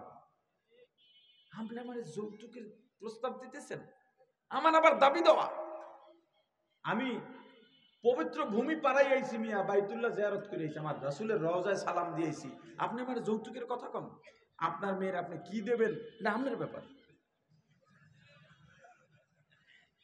কথা কয় না? কি আছে না নাই? আছে না নাই? মেয়ের বাবা যদি না চায়, মেয়ের বাড়িতে একটা পান খাওয়াও যৌতুক হয়ে যাবে। খুব সাবধান। ছেলের বাড়িতে 100 জন যাবেন, 500 জন যাবেন, ছেলের বাবাকে আমরা ছেলে পক্ষ, আমরা যাবো 1000, সবগুলা যৌতুকের আওতায় পড়বে। মেয়ের বাবা যদি বলে আমি অল্প কিছু মেহমানদারি করবো সুন্নতের আশায়, আমার তৌফিক আছে 5 জনকে আমি খাওয়াবো, একজনও বেশি যাইতে পারবেন না। ইসলাম যে সুন্দর বাইন্ডিং দিছেন এটা মানো, দেখবো সব জায়গায় শান্তি।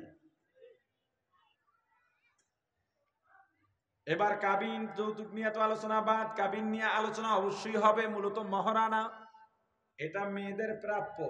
মহারানা নির্ধারণ হবে কিসের উপর? ছেলে যা আয় করে, ছেলের সামর্থ্যে যা আছে, অথবা বাবা ছেলেকে যা দান করবেন দেওয়ার জন্য, বাবা আমি তোমাকে 20,000 টাকা দেবো, এর বেশি পারবো না, তখন ছেলে বলবে আমি মহারানা 10,000 বা 20,000-ই দিতে পারবো। মহারানা হোক 10,000 আমরা মানলাম, কাবিন হবে 10 লাখ, কথা কয় না? আরে কাজী সাহেবরা যারা আছে না, কাজী সাহেবরা খেপে যাইব, এরা এই ফুসলানিটা দেয়, কাবিন যত বেশি তার মালটুস তত বেশি। মহারানার পর আবার কাবিন কি? রাষ্ট্রীয় দৃষ্টিকোণ থেকে কাবিন নামা হবে, ঠিক আছে, কিন্তু মহারানা যেটা লেখা হবে কাবিন নামা যেটা লেখা হবে, সামর্থ্যের বাইরে কেন? এখন মেয়ে পক্ষ থেকে যে কাবিন দাবি করা হয়, ওদিকে যৌতুক হারাম, আর এইটা আরাম হয়ে গেছে। এখন তো যৌতুক পাইলে গেছি গা, এখন তো যৌতুক হয় মেয়ে পক্ষ থেকে। আরে কথা কয় না? গরিব মানুষ যে পারে না 2 টাকা দিতে, এর কাছে 2 লাখ টাকা দাবি করে বসে রয়েছে। কথা কয় না? কয় এত টাকা কয় যদি সারাসারি হয়, নিয়ত আগেই খারাপ, নিয়ত আগেই খারাপ। আল্লাহর উপরে তাওয়াক্কুল করো। মহারানা হবে সামর্থ্যের উপরে। বিয়ে তো হয়ে গেল, ইজাব কবুল হয়ে গেল, এবার বাসর করে যাইবা। ঘরে ঢুকে প্রথমেই সালাম দেবা। তোমার সন্তানের দায়িত্ব হইতেছে, গোড়ার থেকে ধরছি, দায়িত্ব ওখান থেকেই। সালাম দিয়া প্রথমে গিয়া বিবিকে আগে মহারানার টাকাটা দেবা, এটা দায়িত্ব। তোমার বউ বলবে টাকা লাগবে না, ওইটাইতে সবাই কয়। এবার ঝগড়া লাগাই দেখো, কইবে আমার কাবিনের টাকা দে, তখন দাও কইবে না, দেনও কইবে না, কইবে টাকা দে। খালি সেইটা ঝগড়া লাগলে কি দিছিল বাপের বাড়িতে, খাট একটা উই পোকায় খাইয়া ভাঙ্গে লাইছে, এটাও ফেরত নেয়। এই জন্য হরু বাড়িতে কিছু আনবি না, বাপের বেটার মতো থাকবি বেটা, একটা সুতাও আনবি না শ্বশুর বাড়ির থেকে। মহারানা টাকা দিয়া দিবা। যদি বউ বলে লাগবে না, খবরদার ফেরত আনবা না, খবরদার। আর মায়েদেরকে বলি, হে বোনেরা, তোমরাও টাকাটা ফেরত দিও না, এটা তোমার হক। তোমার নিজের কাজে লাগাইতে পারো, সন্তানের বিপদে লাগাইতে পারো, নিজের কাজেও তুমি এটা টাকা কাজে লাগাইতে পারো। এরপরে বিবির মুখোমুখি বসো, দোয়া দুরুদ যা আছে পড়া নাও। বিবিকে ডাক জিজ্ঞেস করবা অজু আসেনি, যদি খালি কয় না, ধমক দিয়া ওই জায়গায় সবাই ভালো, অজু নাই কেন, আজকে প্রথম রাত, অজু করে আসো, এইটারে কয় প্রথম রাইতে বিলই মারা। আর যদি অজু করা থাকে, আলহামদুলিল্লাহ, তুমি অজু করে ঢুকো। বিবিকে বলো, বিবি, জীবনের নতুন একটা অধ্যায় শুরু করতেছি, তোমাকে আমি চিনি না, তুমিও আমাকে চেনো না। অদৃশ্য একটা রশি, কালিমার বন্ধনে আবদ্ধ হয়ে গেলাম। আমাদের থেকে এখন আল্লাহ দুনিয়ায় আমাদের বংশ বিস্তার করবেন। চলো আমরা দুজন নামাজের মাধ্যমে আমাদের অধ্যায়টা শুরু করি। দুজন নামাজে দাঁড়া বাপ, যদি জামাতে পড়ো তাও পড়তে পারো। তোমার বিবি পেছনে থাকবে, তুমি সামনে থাকবা। 2 রাকাত নামাজ পড়ে আল্লাহর দরবারে হাত উঠে কি দোয়া করবা? রব্বি হাবলি মিনাস সলিহিন,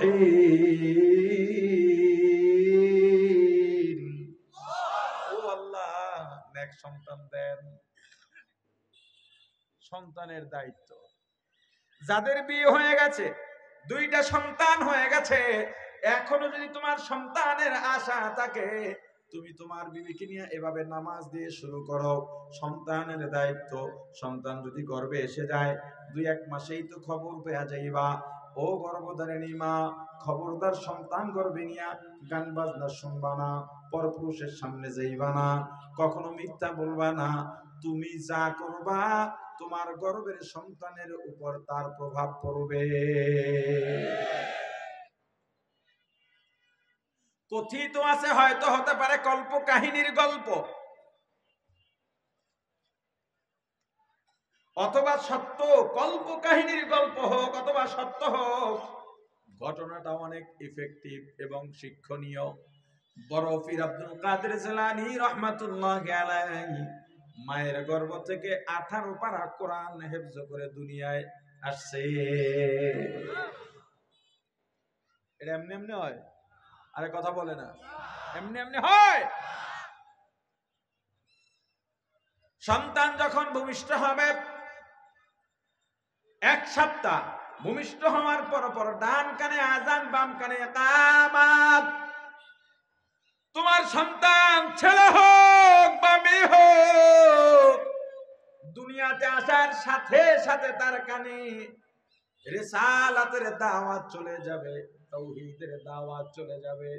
আল্লাহু আকবার, আল্লাহু আকবার, আল্লাহু আকবার, আল্লাহু আকবার, আশহাদু আল্লা ইলাহা ইল্লাল্লাহ আশহাদু আন্না মুহাম্মাদার রাসূলুল্লাহ, তাওহীদ রিসালাতের প্রতিধ্বনি তোমার সন্তানের মগজে দিয়ে দাও। দুনিয়াতে আসার সঙ্গে সঙ্গে 1 সপ্তাহের মধ্যে সুন্দর দেখে একটা নাম রাখো, যেই নাম দিয়া কিয়ামতে তুমি পার পাইতে পারো।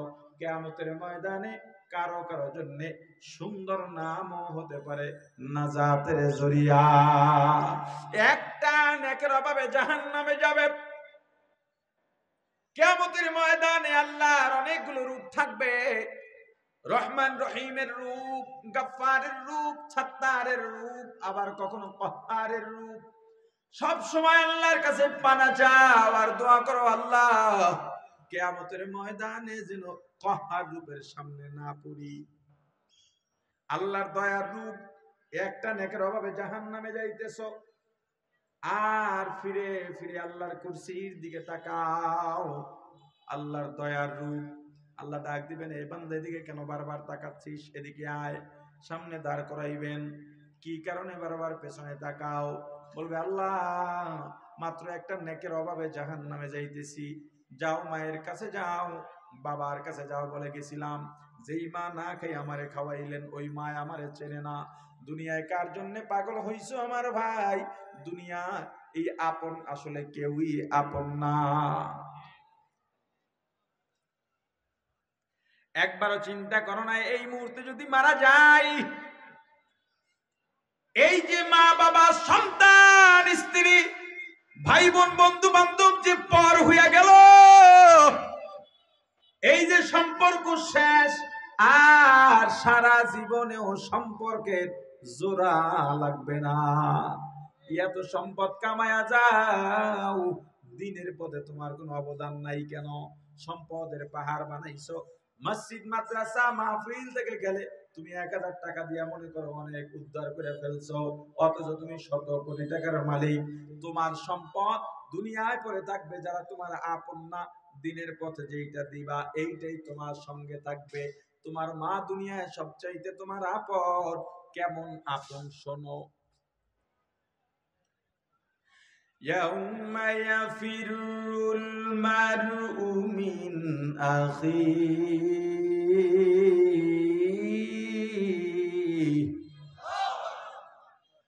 ওয়া উম্মিহি ওয়া আবিহি ওয়া সাহিবাতিহি ওয়া বানিহি।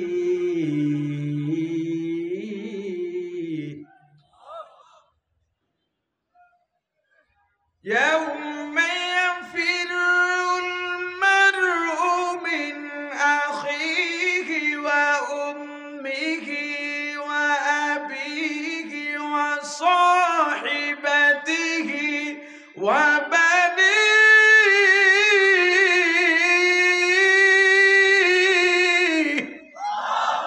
কিয়ামতের ময়দানে মা বাবা সন্তানকে দেখলেই পালাবে, সন্তান মা বাবাকে দেখলেই পালাবিয়া ফিরু, ভাগবে। বলে দুনিয়ায় কেউ কিয়ামতের ময়দানে কেউ কাউকে চিনবে না, কথাটা এমন নয়। সবাই সবাইকে চিনবে কিন্তু পরিচয় দেবে না। ভাই ভাইকে দেখলে দৌড়াবে, পালাবে। ভাই বোনকে, বোন ভাইকে, বন্ধু বন্ধুকে, স্বামী স্ত্রী, স্ত্রী স্বামীকে দেখলেই পালাবে। ঘটনাক্রমে মা আর সন্তানের যদি দেখা হয়ে যায়, সন্তান অনুনয় বিনয় করে বলবে, মা গো আমি তোমার কলিজার টুকরা সন্তান, না খাইয়া আমারে খাওয়াইছ। ও মা, শীতের রাতে প্রসাব পায়খানা করে বিছানা নষ্ট করলে সবাই চিল্লা পাল্লা করত, কিন্তু তুমি আমার সব পরিষ্কার করে উল্টো চুমু দিতা, আদর করতে। মা তোমাকে রেখে দূরে গেলে আমার বাড়িতে ওই সময় মেহমান এলে ভালো ভালো খাবার পাকাইয়া, মজাদার পিঠা বানাইয়া সবাইকে ভাগ করে দিতারে মা, কিন্তু তুমি খাইতা না।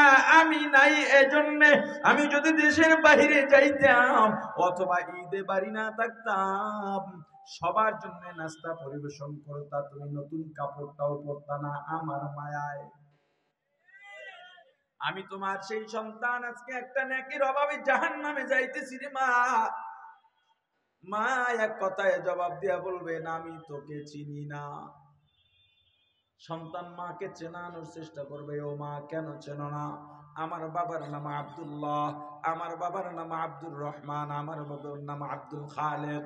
ও মা, আমার বাবার জন্য তোমার বাবার বাড়ি ছাড়ছো, অর্থাৎ আমার নানার বাড়ি ছেড়ে দিয়েছ। আমার মামার সঙ্গে আর বাবার সঙ্গে তর্ক হয়েছে, তুমি ভাইয়ের পক্ষ নেও নাই, বাবার পক্ষ নিয়েছ। ও মা, নানা বাড়িতে সম্পদ ছিল, বাবা বাড়িতে ছিল না। এত সম্পদের মালিকের সন্তান হওয়ার পরেও আমার বাবার ঘরের সংসারে কষ্ট করে থেকেছ। বাবা যদি বাসায় ফিরতে দেরি হতো, বাবার জন্য তুমি খাবারের অপেক্ষা করতা, খাবার নিয়ে অপেক্ষা করতা। আমি ওই আব্দুর রহমানের সন্তান আব্দুল্লাহ। মা জবাব দেয়া বলবে, কিসের স্বামী, কিসের সন্তান? আমার তো বিয়াই হয় নাই। हकीकत से तो दुनिया बेखबर है, दुनिया की नुमाइश पर नजर है। नमी गुयाम के आज दुनिया जुदाबाश, बगर कारे के बाशिबा खुदा बाश। सिस्ते दुनिया आज खुदा गाफिल बुदर, गफर जिंदजान। दुनिया में हो दुनिया का तलबगार नहीं हो, दुनिया में हो दुनिया का तलबगार नहीं हो। बाजार से गुजर हो खरीददार नहीं हो, बाजार से गुजर हो खरीददार नहीं हो। जागा जी लगाने के दुनिया नहीं है, जागा जी लगाने के दुनिया नहीं है। ये इबरत की जागे तमाशा नहीं है, ये इबरत की जागे तमाशा नहीं है। ও আল্লাহ, মায়ের কাছেও গিয়েছিলাম, চেনে না। বাবার কাছে গিয়েছি, চেনে না। ভাইয়ের কাছে গেলাম, বিবির কাছে গেলাম, সন্তানকে তো লাগুরি পাইলাম না। যেই দলটা করেছি, রাজনৈতিক দল করছি, নেতাগুলো সব জাহান নামে পইরা রইছে। শেষ সময়ে আমি দল ছাইরা তবলিগে গেছিলাম, উজানি গেছিলাম, সরমনায় গেছিলাম, আলেমদের সোহবতে গেছিলাম। এরপরেও আমার একটা গুনাহ রয়ে গেছে। আল্লাহ বলবেন, বান্দা, আমিও তো চাই একটা নেকের অভাবে তুই জাহান্নামে যাবি, হতে পারে না। আমিও চাই তোকে জান্নাত দিতে। বলতে বলতে কিছু না পাইয়া আল্লাহ বলবেন, শেষ পর্যায়ে বলবেন, ও বান্দা, তোর নাম কি? বান্দা বলবে, আমার নাম আব্দুর রহমান, আব্দুর রহিম, আব্দুল্লাহ, আব্দুল কুদ্দুস, আব্দুল সত্তার, আব্দুল জব্বার। আমার নাম আব্দুর রব, আমার নাম ইব্রাহিম, আমার নাম মুসা, আমার নাম ঈসা, আমার নাম হারুন, আমার নাম আহমদ, আমার নাম মুহাম্মদ, আমার নাম আবুল কাসেম, আমার নাম উমর, আমার নাম আবু বকর, আমার নাম উসমান, আমার নাম আলী। আল্লাহ বলবেন, বান্দা, আমার নামে নাম, আমার নবীদের নামে নাম, আমার প্রিয় হাবিবের নামে নাম, আমার প্রিয় বান্দাদের নামে নাম। যা বান্দা, তোকে আমি জান্নাতের ফয়সালা করে দিলাম। কাদরে কুদরত দারি বর কামাল, আনতা রব্বি আনতা হাসবি যুল জালাল। সুন্দর দেখে একটা নাম রাখবা, এক সপ্তাহের মধ্যে যদি সমর্থ হয় তাহলে আকিকা দেবা, এক সপ্তাহের মধ্যে চুলগুলো কামায়া ফেলবা। এ সন্তানের মা, সন্তানের সামনে ঘরের মধ্যে ওড়না ছাড়া থাকবা না, মাথায় কাপড় ছাড়া থাকবা না। বেশিরভাগ ঘরে মহিলারা নাকি ছেলে সন্তান স্বামীর সামনে ওড়না ছাড়া থাকে, মাথায় কাপড় ছাড়া থাকে। তোমার ছোট সন্তান তোমাকে যেমন যেভাবে দেখতে অভ্যস্ত হবে, বাহিরের নারীদেরও ওইভাবে দেখতে অভ্যস্ত হবে। মেয়ের মামা ঘরে আইব, আমার মেয়ের মামারে দাঁড় করাই দিছে, কয় বাসায় আম্মু আছে, তুমি যাইতে পারবা না। এইটা যে ও বলছে, ও তো মাহারাম গায়ের মাহারাম জানে না। কি কারণে বলছে? ও জানে পুরুষ আমার মারে দেখতে পারবে না। আবার বলতেছে, আমার আম্মুরে আব্বু দেখবো, দাদু দেখবো, আর নানু দেখবো। তুমি দেখতে পারতে না। আপনি যেমন হবেন আপনার সন্তানও তেমন হবে। আমার রাসূল বলেছেন, সন্তানকে আগুন পূজারি বানায় মা বাবা, ইহুদি নাসারা কাফির বানায় মা বাবা, আবার দিনদারও বানায় মা বাবা। কেমনে? যারা নামাজি আছেন, ছোট সন্তানও আছে, আমার কথার সঙ্গে মিলায় নেন। নামাজি ঘরের নামাজি পুরুষ বা নামাজি মহিলা নামাজে দাঁড়াইছে, আপনি তো সতর ঢেকে নামাজে দাঁড়াইছেন, নারী হন পুরুষ হন, আপনার ছোট ছেলেটা সতর ঢাকে নাই, ল্যাংড়ায় গাড়াই গেছে বাপের পাশে। আপনি তাকবীর তাহরিমায় আল্লাহু আকবার বলে হাত বাঁধলেন, সিজদার দিকে তাকাইয়া সানা পড়লেন সুবহানাকাল্লাহুম্মা ওয়া বিহামদিকা ওয়া তাবারাকা ইসমুকা ওয়া তাআলা জাদ্দুকা ওয়া লা ইলাহা গায়রুক, আউযু বিল্লাহি মিনাশ শাইতানির রাজীম, বিসমিল্লাহির রহমানির রহিম, আলহামদুলিল্লাহি রাব্বিল আলামিন। আপনার তো ঠোঁট নড়তেছে, তাকানো কোন দিকে? সিজদার দিকে, যেখানে সিজদা দেবেন। আপনার সন্তানের নজর সিজদার দিকে নাই, ও হাত যেমনে পারছে বাঁধছে, বাইন্দা আপনার দিকে এমনি তাকায় রইছে। কেবলা দিয়া সিনা ঘুরলে নামাজ থাকে? হে এমনি বাইন্দা আপনার দিকে তাকায় রইছে। এরপর হে ঠোঁট নাড়ায়। আপনি পড়েন আলহামদু, এই পড়ে না কিচ্ছু, কথা কয় না। আল্লাহ বলেন, ফেরেশতা মাসুম বাচ্চা কি করে? ও আল্লাহ, ওর তো সতুরি ঢাকে নাই। কয় পরের ডাকো। আল্লাহ ওর বাপের দিকে তাকায় রইছে, নিয়ম তো সিজদার দিকে তাকানো। ঠোঁট নাড়ায়া কি বলে? বলে আল্লাহ কিছুই তো বলে না। ওর বাবা কি বলে? ওর মা কি বলে? ও আল্লাহ, ওর বাবা বলতেছে আলহামদুলিল্লাহি রাব্বিল আলামিন। আল্লাহ বলেন, ও ফেরেশতা লিখে দাও, লিখে দাও। আমার মাসুম বাচ্চা সিজদার দিকে তাকাইয়া বলতেছে আলহামদুলিল্লাহি রাব্বিল আলামিন। আপনি সিজদায় গেছেন, নাক কপাল মাটিতে লাগাইয়া। নাক কপাল মাটিতে না লাগাইলে আপনার নামাজ হবে না। কিন্তু আপনার সন্তান মাটিতে নাক কপাল লাগায় নাই, আপনি তো বিশেষ নিয়মে সিজদায় গেছেন। আপনার সন্তান একবারে শটান কুকুর হইয়া গাল মাটিতে লাগাইয়া আপনার দিকে তাকায় রইছে। আল্লাহ বলেন, ও ফেরেশতা, মাসুম বাচ্চা কি করে? কয় আল্লাহ কোন নিয়মের ধার ধারে না, নাক কপাল মাটিতে লাগায় সিজদা দিতে হয়। মাসুম গাল মাটিতে লাগায় রইছে। আল্লাহ বলেন, ও ফেরেশতা লেখো, লেখো, এই মাসুম বান্দাও নাক কপাল মাটিতে লাগাইয়া পড়তেছে সুবহানা রাব্বিয়াল আ'লা। ফেরেশতা বলে, আল্লাহ সব বুঝলাম, ওর তো আমলনামা জারি হয় নাই। ও কার নামাজ দেখে নামাজ পড়ে? বলে ওর বাবার। তাহলে ওর আমলনামার যত সওয়াব হইছে, ওর বাবার নামাজ যদি কবুলও না হয়, এই মাসুমের কবুলিয়াতের নামাজের সওয়াব ওর বাবার আমলনামায় দিয়া দাও। নেক সন্তানের চাইতে বড় সদকায়ে জারিয়া আছে মিয়া? আপনার সন্তান নিয়ে আপনি করছেন কি? সন্তান যখন কথা বলতে শুরু করে, আপনার দায়িত্বের কথা বলছে।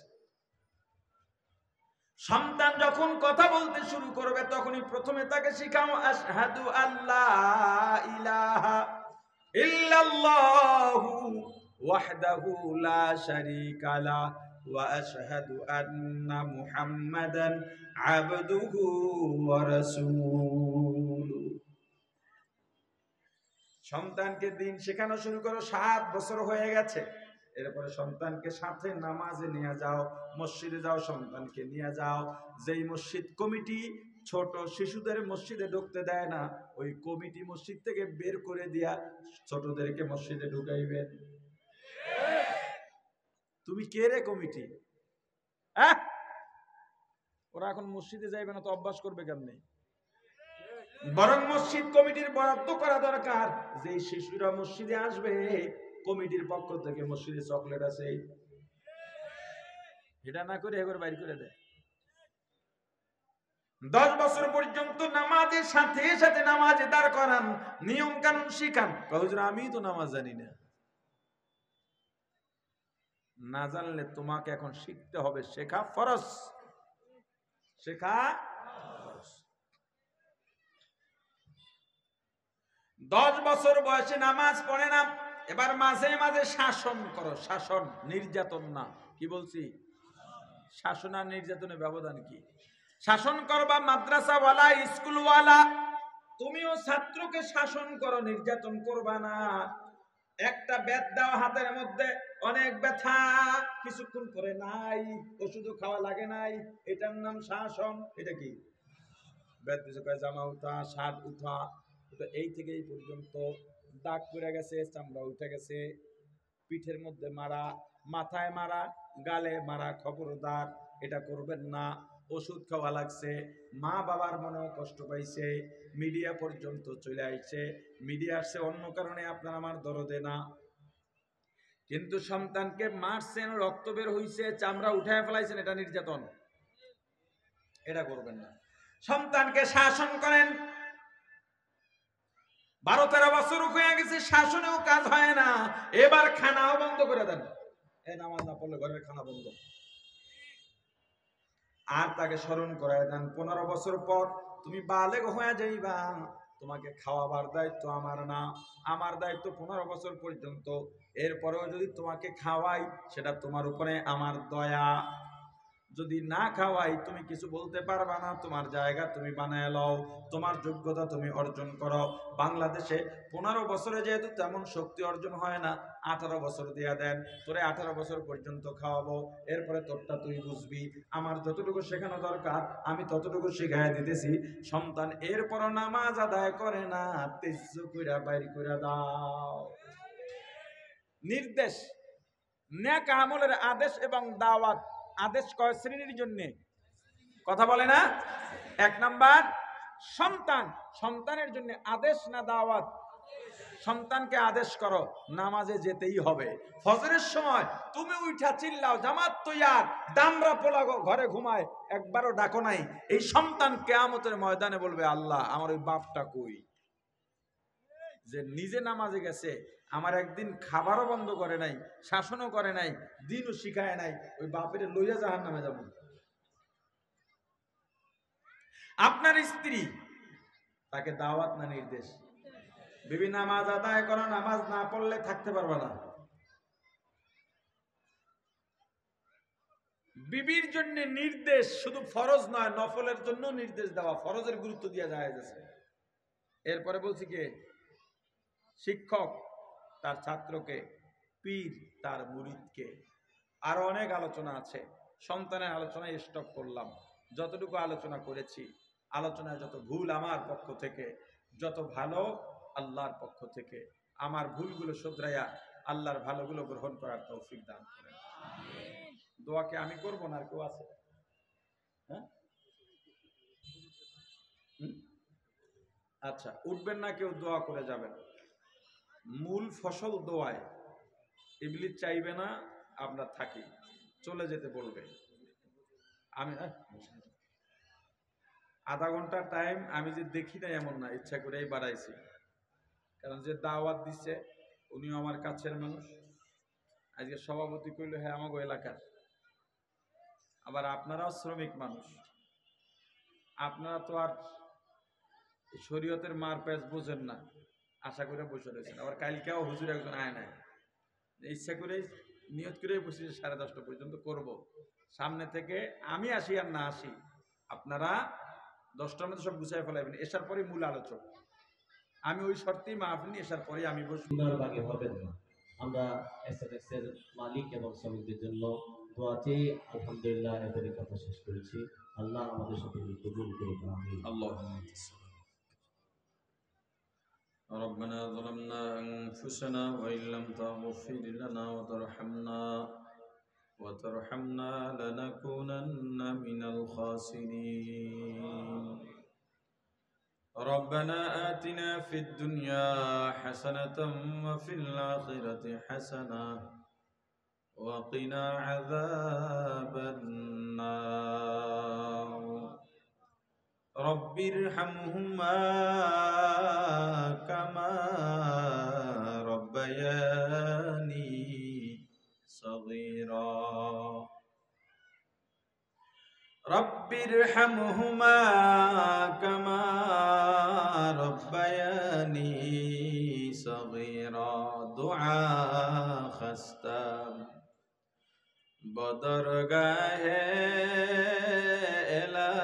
الهی حیات دولت علم درازی بگناه گذشت فرما ساعت با حضور دل نکردم طاعت تو نکو کا ریو ما بد کر دے جرم بے اندازہ بے حد کر دے ও আল্লাহ গভীর রাত পর্যন্ত কোরআন সুন্নাহর আলোচনা হয়েছে আল্লাহ আলোচনায় যত ভুল আমার পক্ষ থেকে যত ভালো আপনার পক্ষ থেকে আমার ভুলগুলো শুধরাই আপনার ভালোর উপরে সবাইকে আমল করার তৌফিক দিয়া দেন মাহফিলের আয়োজন যারা করছেন আল্লাহ এই গার্মেন্টসের মালিক শ্রমিক দায়িত্বশীল এই মাহফিলের আয়োজনকারী এই মাহফিলের শুভাকাঙ্ক্ষী দানকারী শ্রোতা বৃন্দ ওয়াইজিনে কিরাম সভাপতি অতিথিবৃন্দ উলামায়ে কিরাম মাদ্রাসার ছাত্র স্কুল কলেজ ভার্সিটির ছাত্র ধর্মগঞ্জ এলাকাবাসী পর্দালের নারী যে যেভাবে এই মাহফিলের জন্য দোয়া করেছেন শুভাকাঙ্ক্ষী হয়েছেন সবাইকে আপনি কবুল ও মঞ্জুর করে নেন ও আল্লাহ আমরা যারা হাত উঠাইলাম সবার মনের নেক আশা পূরণ করে দেন আল্লাহ আমাদের ঘর বাড়ি টাকা পয়সা জমি জমা দোকানপাট ব্যবসা প্রতিষ্ঠান মিল কারখানা ইন্ডাস্ট্রি গার্মেন্টস সবকিছু আপনার রহমতের চাদর দিয়ে আবৃত করে নেন আল্লাহ আমাদের ঘরে আপনার খাস রহমত বর্ষিত করেন মা বাবা ভাই বোন স্ত্রী সন্তান বন্ধু বান্ধব আত্মীয় স্বজন সবাইকে কবুল করেন আল্লাহ ওগো আল্লাহ যে যেই বিপদে আছে অসুবিধায় আছে অভাবগ্রস্ত ঋণগ্রস্ত আল্লাহ যাদের বিয়ে হয় না সন্তান হয় না যার যত সমস্যা আছে মিথ্যা মামলার শিকার সবাইকে আপনি পরিত্রাণ দিয়া দেন চুরি ডাকাতি দুশ্মনের দুশ্মনী জালেমের জুলুম হিংসুকের হিংসা মুনাফিকের নেফাকির থেকে হেফাজত করেন আমাদের যাতায়াত পথগুলো আপনি সহজ করে দেন সংকীর্ণ করে দেন বিপদ মুক্ত রাখেন আল্লাহ আগুনে পোড়ায়া পানিতে ডুবায়া রোড অ্যাক্সিডেন্টে আমাদের মৃত্যু দিয়েন না ঈমানের সঙ্গে সহজ মরণ দিয়েন আল্লাহ ও আল্লাহ অনেকের জন্য দোয়া চাওয়া হয়েছে সবার নেক দোয়াগুলো কবুল করেন আল্লাহ আমাদের দোয়ার খবর নবীজির রওজা মোবারকে পৌঁছা দেন বাবা আদম থেকে আজ পর্যন্ত যত মুমিন মুমিনাত মুসলিম মুসলিমাত অন্ধকার কবরে চলে গেল আল্লাহ প্রত্যেকের রুহের উপরে সওয়াব পৌঁছে দেন বিশেষ করে যারা হাত উঠাইলাম জানি না কার মা নাই কার বাবা নাই চিরবিদায় নিয়ে অন্ধকার কবরে চলে গেছে আল্লাহ মা কবর থেকে সন্তানের দোয়ার আশায় বসে রয়েছেন সন্তানকে লক্ষ্য করে বলেন রে বাবা ওলামায়ে কেরাম কোরআনের হাফেজ সাদা দাড়িওয়ালা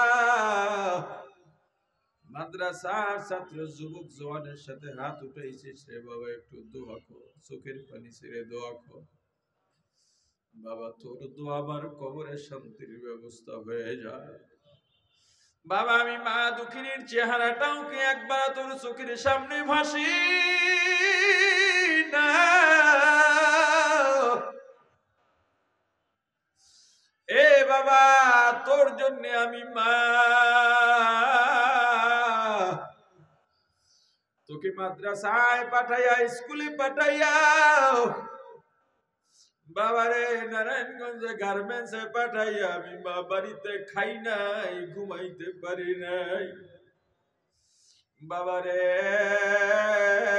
কত রাত আমি তোর জন্য দোয়া করতে করতে নির্ঘুম রাত্রটা কাটাইয়া দিছি। ওরে বাবা, আমার বাড়িতে মেহমান এলে ভালো ভালো খাবার পাকাইয়া, মজাদার পিঠা বানাইয়া আমি সবাইকে দিতাম, কিন্তু নিজে খাইতাম না, বরং তোর কথা মনে করে করে চোখের পানি ছেড়ে কাঁদতাম। ওরে বাবা, বাড়িতে গভীর রাতে ফিরলে আমি মা তবেই ঘুমাইতাম। আজকে শীতের রাত, কত ল্যাপটপ সাজিম কম্বল দিয়া ঘুমাও,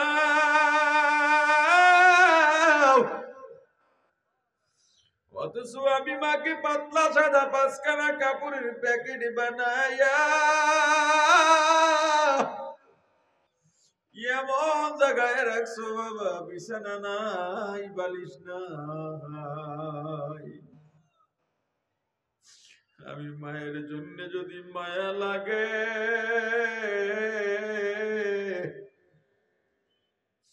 আমার জন্য দোয়া কর বাবা, দোয়া কর।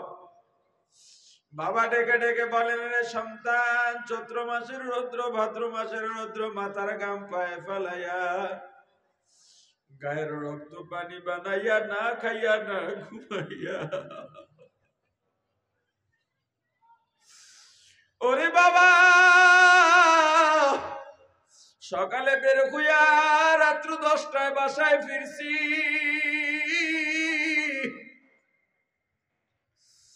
এলাকা শ্রীনারায়ণগঞ্জে গিয়ে সিএনজি চালাইছি, অটো চালাইছি,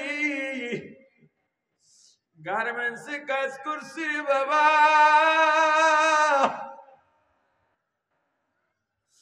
হঠাৎ খবর আসছে তোর পরীক্ষার ফি লাগবে। পরীক্ষার ফি এর টাকা দিতে গিয়া চাউল কিনতে পারি নাই।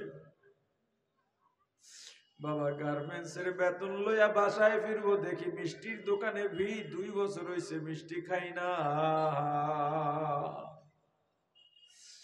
বড় আশা নিয়ে মিষ্টির দোকানে ঢুকছি, তোর মায়ের ফোন, আবার সন্তানের কিতাব কিনা লাগবে, বই কিনা লাগবে।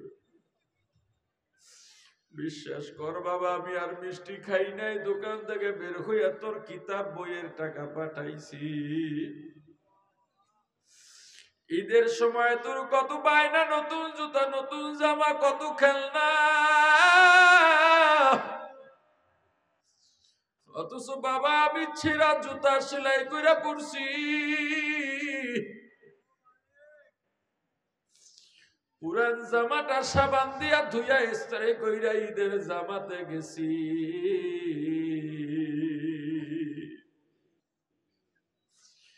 আজকে আমার কামাই দিয়া বিল্ডিং উঠাইয়া ঘুমাও,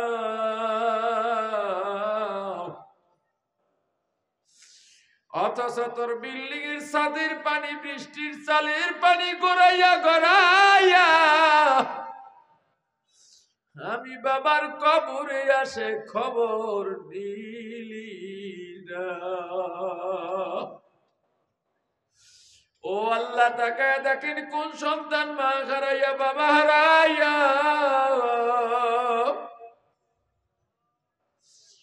আপনার দরবারে চোখের পানি ছেড়ে শিশুর মতো কাঁদে। সন্তানের দোয়া উসিলা বানাইয়া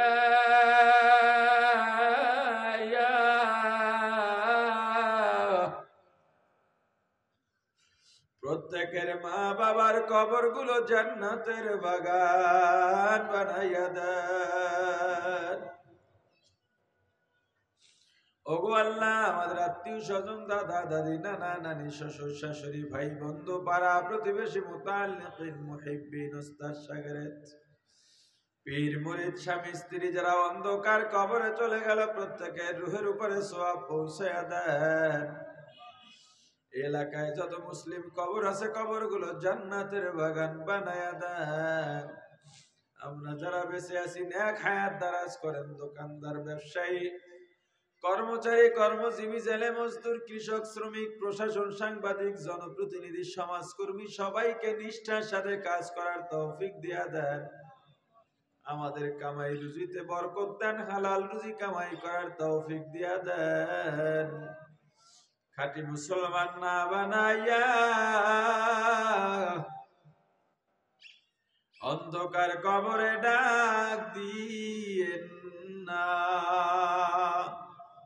সুবহান রাব্বিকা রাব্বিল ইজ্জাতি আম্মা ইয়াসিফুন ওয়া সালামুন আলাল মুরসালিন ওয়ালহামদুলিল্লাহি রাব্বিল আলামিন। আসসালামু আলাইকুম।